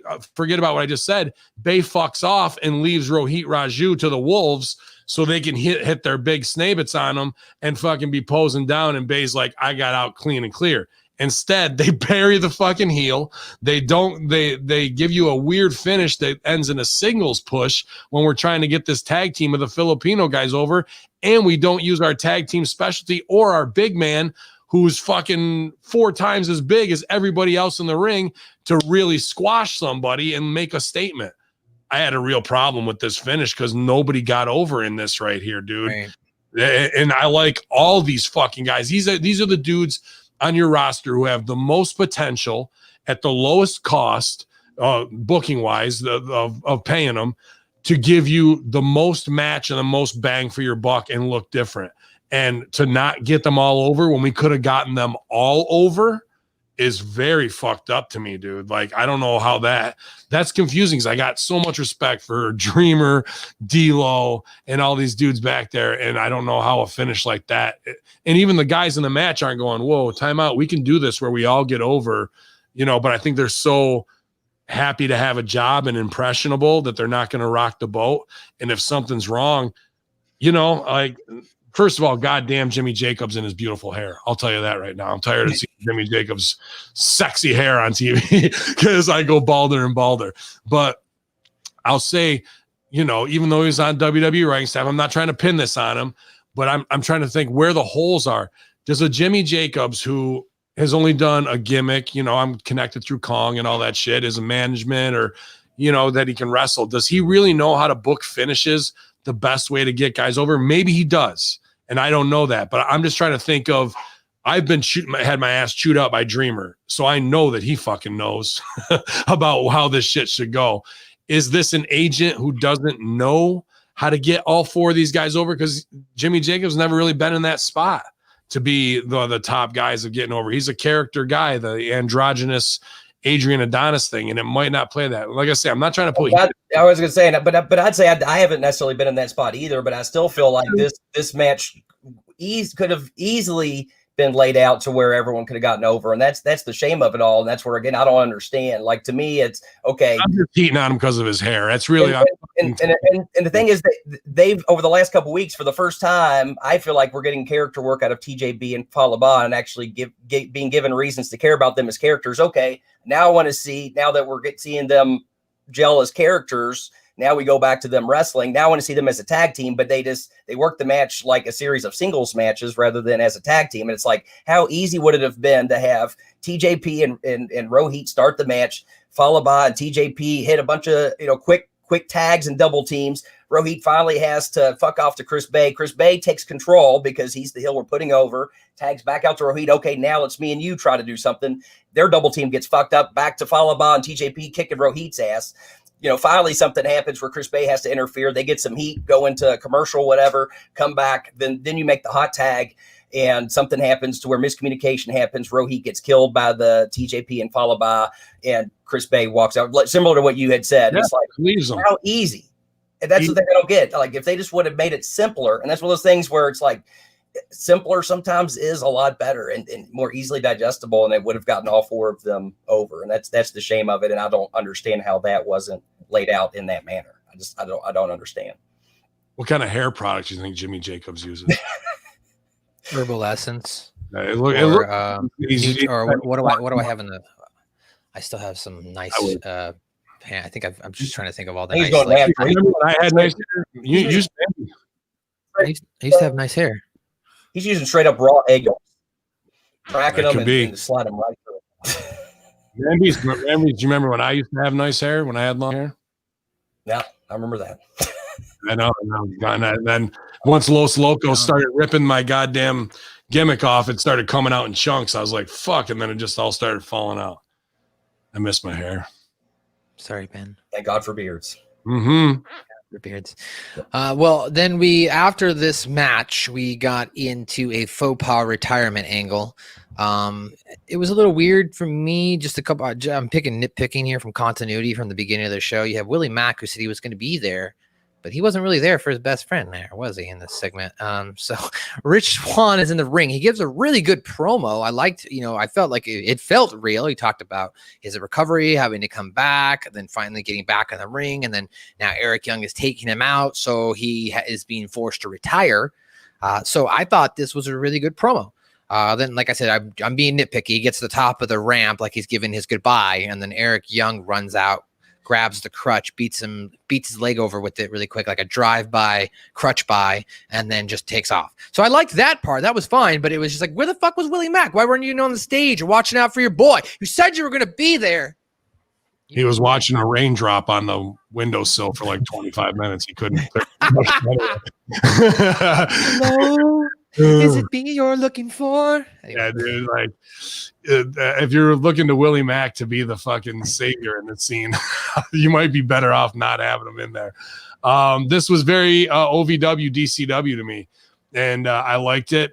And I started out not, but then I was like, no, I'm going to give him the benefit of the doubt because I've been saying for a year that I want humanized, real from Rich Swan. Let's get away from the dancing all night long stuff. And he took a long time here to get it all out, and it was his moment to close the show at a high point. Okay, good. And then the baby faces all come out, are banging the ring. That's very OVW, DCW when you don't have a crowd and you need fanfare. And then they help him down, and it was believable. There's a couple times he wrestle voiced up like, and I'm not gonna do, but then he brings it back down. And they'd say you want to go on the roller coaster, but he didn't need those big brash things. He was there. Because it took so long and was so slow, that's what made the EY run by smash mean something as we went slow, action, boom, and it was out, and you're like, whoa. So really, his whole monologue, yeah, the words were important, and his retirement and whatever he's saying is going to happen, but the slowness of that made the impact of EY's thing mean everything. If he would have just ripped through it and EY would have come out, it would have felt flat as shit, dude. So this was good yin and yang in the speed of the promos and what needed to happen. And even all of them coming out to help him down and clap him up. You thought maybe somebody's going to get heat, but and it might be EY, but you thought it would happen right at the end of the promo. Someone's going to run in and hit him in the ring or whatever. Nope. They kept building the scene, building it. And then when the payoff happened in 3 seconds, it was really good, dude. Agreed. Ted? I agree with Ben. And my only wish is that I have to assume that this has been in the works at least since before Slammiversary, based on, the way they booked that and the way that was put out. So to that point, my only wish is more would have been done on the front end to build more empathy to Rich Swan for both people that might not otherwise be educated on who he is, and to remind the long-term fans that do know who he is, why they should care about Rich Swan. And that's, besides throwing back to classic moments, showing him going through the rehab from his previous injury and what it means to get back here. And rather than him, we talked about the double surprise didn't work because it shared the spotlight. So that's something where, sure, he could have been in the match, but what if he was announced as his big return ahead of time? And part of this was his big journey to come back. And Rich Swan was going to retire, but figured he had one last run and he's going to give it a shot, but then it was taken away early by Eric Young. And to me, that would have at least built more of that emotional connection. Now, to that point, they did a great job with this, and I think they built as much emotional investment in this as they possibly could. But I still believe, had they done a little legwork early on to set up the empathy for Rich Swan more, this would have meant that much more. And that's not taking away from how good this segment was. It was, but I also just want to at least relay that I feel like had they done more prior to this, now it would have gone from being great to being absolutely outstanding. And I think that's the, I would say, that could have made this more meaningful, not necessarily better, but more meaningful.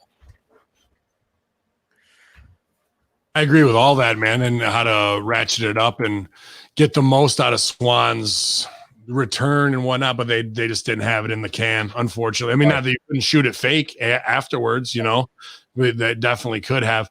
I think the big heat is on Rich Swan's barber. I'm not sure what was going on with Swan's hair. Yeah, it was kind of very disheveled, but I guess that was the point. But he looked a little too disheveled, Well, up all night. Am I going to retire? I get it. So, yeah. But this was a good scene, and what I've been asking for from Swan, so he delivered it, and I pat him on the back for it, dude. I think it's set up perfectly for EY's thing, for a show don't tell moment, and that's what we wanted. You know what I mean? So it was a good way to go off the air. Again, I think they could have put in Eddie and Sami here before that and switched the follow business and TJP business, but there was a lot of just misplaced things in this show that really held up the flow of it all. Booking wise, not performance wise. Nobody was like, "Ooh, they're the shits." In pre-tapes and whatnot, some people looked green. You know what I mean? Still, and we could use some acting coaching there. Absolutely.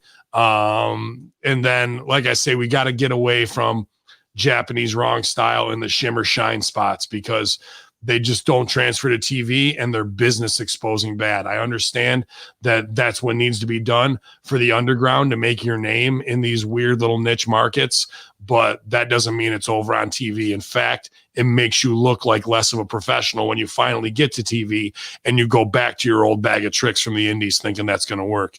It's not. So good effort though by everybody. Hey, Ben, I don't know how to tell you this, but I got your nose. You son of a bitch. Give me my nose back. He's holding it for ransom. A king's ransom, pal. Yeah, a king's ransom for your nose. Gimmick him. Ted, did you have any final thoughts on this episode of Impact before we wrap up? You know, I just hope that there's more in the works that maybe we're unaware of. I still absolutely believe, based on what we talked about all throughout this, is there was a lot of opportunities, unfortunately, where I feel that business could have been better executed, and I'm just hopeful that maybe they will go back and watch this and get the same feelings like we got when we watched it through it and make the appropriate changes. The good news, I don't think they've gone so far the wrong way that they can't be fixed, but certainly if it continues to make these I guess not as emotionally investing decisions as far as character progression on the show, it's going to unfortunately start, those Twitch numbers are going up, but after a while they'll start going the other way if they aren't able to deliver the height of character investment, in my opinion, if that makes sense. Totally. Well, ladies and gentlemen, that's it. Here we are for another edition of the Impact Attack. More free content for you here on hackerhamin.podbean.com, on twitch.tv/conspiracy horseman, and on YouTube, Ben Hamin's YouTube. So we give you 2 hours of in-depth analysis in the world of professional wrestling and a little bit of business talk. Of course, Mr. Ben Hamin will be back tonight. Yeah, there you go. Mr. Ben Hamin will be back tonight, twitch.tv/conspiracy horseman, 7:15 Eastern, for your episode of the Conspiracy Horseman. You can check out the New Force Order podcast, which I produce, is out now, as well as you can check out Suck My Balls, a South Park review. I'm a little bit behind, but that's coming today, so that will be out. So check that out. Look on your feeds. That's on Hamin Media Group affiliate channel as well. Don't forget to check out RussoBrand.com and sign up for $4.99 a month. Become a Russo Brand subscriber and get access to the Raw and SmackDown review, as well as Lions, Tigers, Bears, and Disco, Cash Straight to the Marks, and more. But more importantly, sign up for Patreon.com/RussoTWC, and you can get the famous, the best show on the internet right now, Master Shoot Theater. And you can follow me on Twitter and Instagram, Matthew_Shaver. I guess all I have left to say is I love you, Benz. Oh, shit. They all do, pal. They can't get enough of me with their feet in your hair, in your head, in your Take my pants off. Take my pants off. Take your pants off and spin them. Yeah, pal. Yeah, good time at Master Shoot Theater this week for sure, as Vince got some adrenochrome from Hollywood celebrities, and they also dropped off some of their favorite movies on VHS for him to watch on the plane. So he's been watching Snatch, he's been watching Fight Club, he's trying to sign Brad Pitt. You never know what could happen. It's a big week. Trying to help Deuce calm down. Deuce is way stressed out, so it's all going down there, man. We had a good time tonight. GGP will be out, so it'll be a 3-man booth unless I get a run in beforehand, but we're going to be talking obviously this Beirut blast, and then, like I said earlier at the top of the show, I'm kind of anxious to talk about this cave system in the the Grand Canyon that is kayfabed and may hold some ancient secrets and really upset things. And it's really more of a look at what is the Smithsonian's role in destroying the heritage of the world. And we've talked about this in our Nephilim and Giants episodes as well. And here's another piece of the puzzle that I'm very interested in. Really something I want to get away from, aside from we have to keep the light shine on the Clintons, on whatever's going on, because this Beirut thing, if it is a bombing, could be part of their false flag to misdirection spot as we approach their trial on the 9th of September, and all the Epstein stuff comes out, some new stuff where they're calling into the Anthony Weiner laptop today even. So don't be surprised that they won't try and eliminate thousands of people in order to get people's heads to turn from keeping the spotlight on them. But that's what we do at the Conspiracy Horseman, twitch.tv/Conspiracy Horseman, 7:15 p.m. every Wednesday night, you guys. So our flagship show at hackerhamin.podbean.com from Hamin Media Group. And we're just happy that everything's hitting on all cylinders, all the affiliate shows, everybody's kicking ass, and all hands on deck. Shout out to the Chris Silvio. Hopefully you're getting the rest you need this week, and Big Ray's show as well, man. We want you guys to rest up so you can be 100%. Don't push yourselves too hard. We got plenty of work to do in the office here today to keep things trucking forward, and I'm appreciative for, obviously, Madman Ted. Otherwise, he's going to get angry and tear this place down. Maybe hit me with some big shots. You never know. They might not hurt that much. But MSG will be back here, too, doing more production. The NFO's out. He's producing his ass off, Infidels. Dr. Ted, what do you got going on, man? Well, of course, as I talked about in the Monday locker room, I am in the midst of producing the first pilot episode of our, drinking show, where we're taste testing different bourbons, beers, spirits, things of that nature. Of course, tomorrow I'll be on the NXT Next Level review with Colin, where we are assigning homework. We're talking about how the Pat McAfee, Adam Cole storyline should be booked out.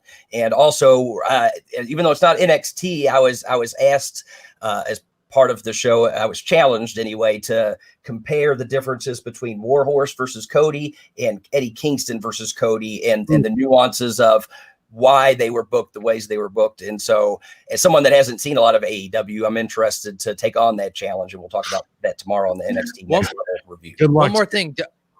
One more thing I want to also, because we told me this last Friday when we had our meeting. The results came in, and you didn't put it over on Monday. I'm the winner of the digital debate, ladies and gentlemen. Yeah, I guess I should. Okay. I guess I should put that over. Thanks. You did win the debate. It was Family Guy versus South Park, and based on the poll from the Hamin Media Army, MSG, you won the debate, which means now we got to figure out something else for you to debate. So if someone wants to step up into MSG, it doesn't have to be against South Park, because we want to cover all kinds of topics. But some of MSG's interests and passions and thoughts and opinions. So if you would like to challenge one of those and step up to the plate, let us know, and we'll set it up. Whatever, I do what I want.